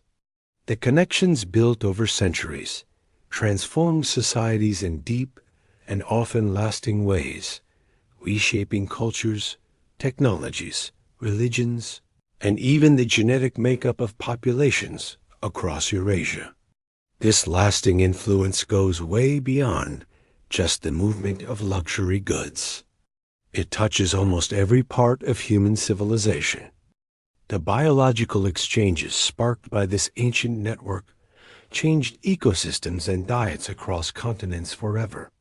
Fruits like peaches and apricots, which originated in China, became staples in Persian and Mediterranean orchards. Citrus fruits made their way west from Southeast Asia, eventually reaching Europe and later the Americas. Grapes and alfalfa traveled east from the Mediterranean to China. Spices from tropical regions in South and Southeast Asia became must-have ingredients in cuisines far from their roots. These transfers of plants revolutionized agriculture throughout Eurasia, introducing new farming techniques along with new crops. Persian irrigation systems spread into Central Asia and North Africa, while Chinese innovations like iron plows and advanced rice cultivation methods reached neighboring areas. These exchanges gradually reshaped diets and farming practices, creating new culinary traditions that blended influences from all over. Disease organisms traveled alongside crops and goods, sometimes leading to disastrous outcomes. Take the bubonic plague, for example. It wreaked havoc on Eurasian populations in the 6th century, known as the Justinian plague, and then again in the 14th century, the Black Death. This deadly disease spread along trade routes, hitching a ride on fleas that lived on rats sneaking into merchant caravans and ships. These pandemics led to significant demographic shifts that changed social structures, labor relations, and religious practices across vast areas. As people moved along these routes, they mixed and mingled, creating genetic legacies that still show up in modern populations. Recent studies of ancient DNA from burial sites along these networks reveal fascinating insights into this biological exchange. We see individuals with ancestry from far-off places, like East Asian genetic markers, popping up in Central Asian groups, European markers showing up in communities on the Chinese frontier, and all sorts of complex patterns of mixing throughout the regions linked by trade. The cultural exchanges sparked by these trade networks also transformed intellectual traditions across Eurasia. Mathematical concepts were shared in all directions. The Indian numerical system, including the game-changing concept of zero, made its way west through the Islamic world to Europe, while Chinese mathematical techniques traveled into Central Asia. Astronomical knowledge from Babylonian, Greek, Indian, and Chinese traditions circulated among scholars, creating new and blended understandings of celestial phenomena. When it comes to religion, the movement of ideas across continents reshaped spiritual landscapes. Buddhism journeyed from India through Central Asia, becoming a major faith in China, Korea, Japan, and Southeast Asia, adapting into unique regional forms along the way. Christianity also spread eastward along trade routes, establishing communities all the way to China before facing setbacks. Islam followed the trade networks into Central Asia and Western China, as well as maritime routes to Southeast Asia. These religious exchanges resulted in new cultural blends that we can still see today in sacred architecture, artistic traditions, and spiritual practices across Asia. The Buddhist cave complexes at places like Danhong, Bamiyan, and Ajanta showcase how religious imagery evolved as it crossed cultural boundaries. Islamic architecture took on elements from Byzantine, Persian, Central Asian, and Chinese styles as the faith expanded along trade routes. Technologies traveled these same paths, often transforming the societies that adopted them. Paper making, which was first developed in China around the 2nd century CE, spread west along trade routes, reaching Samarkand by the 8th century and soon after the Islamic world. This innovation revolutionized how information was stored and shared, making books more affordable and boosting literacy and scholarly activities across Eurasia. The journey of paper making shows how technologies can change as they move between cultures. Persian papermakers adapted Chinese techniques, using different materials and developing unique sizing methods. This trend continued as papermaking spread to Europe through Islamic Spain and Sicily, leading to regional variations that fit local needs. Similar patterns of adoption and adaptation also marked the spread of textile technologies, metallurgical techniques, and architectural innovations. Artistic traditions flowed along these commercial routes, creating hybrid forms that blended elements from various cultures. A standout example is the Greco-Buddhist art of Gandhara, which combined Hellenistic sculptural techniques with Buddhist imagery, forming a unique visual language that influenced religious art across Asia. Similar artistic exchanges happened in textiles, ceramics, metalwork, and other decorative arts, as artisans infused foreign motifs and techniques into their local practices. Languages and writing systems traveled along trade routes, creating new linguistic communities and making it easier for people to communicate across cultures. Sogdian, an Iranian language, became the go-to language of the Silk Road during its heyday, popping up in commercial documents from the Mediterranean all the way to China. Later on, Persian took on a similar role across much of Central and South Asia. The spread of alphabetic writing systems from the western parts of Eurasia really shook up literary cultures all over the continent. The impact of these ancient exchanges goes beyond just cultural stuff. It includes institutions and practices that shape how we interact globally today. Modern international commercial law pulls in principles that were originally created to help merchants from different legal backgrounds trade with each other. Financial tools like letters of credit and commenda partnerships, designed to handle the risks of long-distance trading, eventually evolved into what we now recognize as modern banking and investment practices.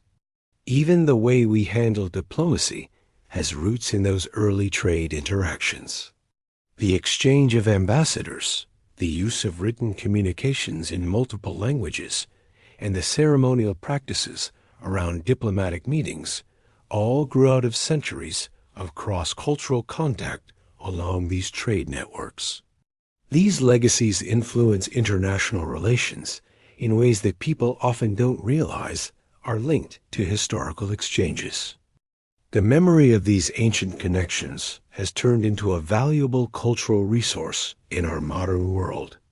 The term Silk Road, first coined by German geographer Ferdinand von Richthofen in 1877, has transformed from a scholarly idea into a powerful symbol of cross-cultural exchange and peaceful interaction between civilizations. This romanticized view of the historical network is often used for various cultural, political, and economic reasons in today's society. Tourism along these historic routes has become a huge economic driver for many countries. Places like Samarkand, Bukhara, Dunhuang, and Xi'an promote their Silk Road heritage to international visitors, often painting a picture of camel caravans and bustling bazaars. UNESCO has even designated many Silk Road sites as World Heritage locations, helping to protect these historical treasures while also boosting tourism. Museums across Eurasia and beyond display artifacts from these ancient exchanges, weaving narratives about cultural connections that often serve modern diplomatic and political goals. Exhibitions showcasing Silk Road treasures become tools for cultural diplomacy between nations, symbolically reviving connections that existed long ago. These museum displays usually highlight peaceful exchanges while glossing over the conflicts and exploitation that also occurred. Interest in the historical network has surged in recent years, with archaeological digs, language studies, and historical research shedding light on previously overlooked aspects of transcontinental exchange. Digital humanities projects have created virtual archives that bring together materials from around the globe, helping scholars piece together connections that modern politics have tried to sever. This academic work often aims to recover knowledge that challenges narrow nationalist narratives. The most ambitious modern take on the ancient trade network is China's Belt and Road Initiative, BRI, which kicked off in 2013. This huge infrastructure project stretches across much of Eurasia and even reaches into Africa. It's designed to feel like a revival of the old Silk Road, presenting China's economic growth as a continuation of the historical pattern of beneficial exchanges rather than a new kind of influence. The BUI includes overland routes through Central Asia and shipping lanes through the Indian Ocean, mirroring both the land and sea aspects of the original network. This massive investment covers everything from railways and highways to ports, pipelines, and digital infrastructure, creating fresh connections between China and markets all over Eurasia and Africa. The political messaging around this initiative plays up the cultural exchanges and economic prosperity linked to the Silk Road, while downplaying some of the not-so-great parts of that history. This selective historical reference shows how the legacy of the ancient network is not just a topic for scholars, but also a tool for today's geopolitical projects that want to claim historical legitimacy. But it's not just about the BRI. The idea of the Silk Road has turned into a powerful metaphor in international discussions. Political leaders often reference this historical network when they're pushing for open trade, cross-cultural talks, and peaceful coexistence among different civilizations. International organizations even host Silk Road cultural festivals, academic conferences, and economic forums that frame today's globalization as a continuation of those age-old exchange patterns. The environmental issues facing many areas along these historic routes also connect the past with the present. The same water scarcity problems that ancient oasis communities dealt with are now hitting modern cities in those regions, often made worse by climate change and population growth. Research into traditional water management techniques sometimes helps inform today's sustainability efforts in these dry landscapes. As we navigate the complexities of globalization, its perks and pitfalls, its inequalities and connections, the history of this ancient network offers valuable insights. It reminds us that cross-cultural exchanges have been happening for a long time, that civilizations have always been linked rather than isolated, and that the movement of goods has always come with the sharing of ideas, technologies, and cultural practices. The legacy of these ancient trade routes goes beyond museums and history books. It's woven into our everyday lives, the food we eat, the tech we use, the religions we practice, the languages we speak, and even the genetic heritage we carry. This lasting influence shows just how deeply these trading networks have shaped human civilization, an impact that continues to resonate in countless ways today. The coolest thing about history is how different civilizations manage to trade peacefully, despite their differences in language, religion, and culture. Sure, there were conflicts, but mostly, people found ways to work together for everyone's benefit.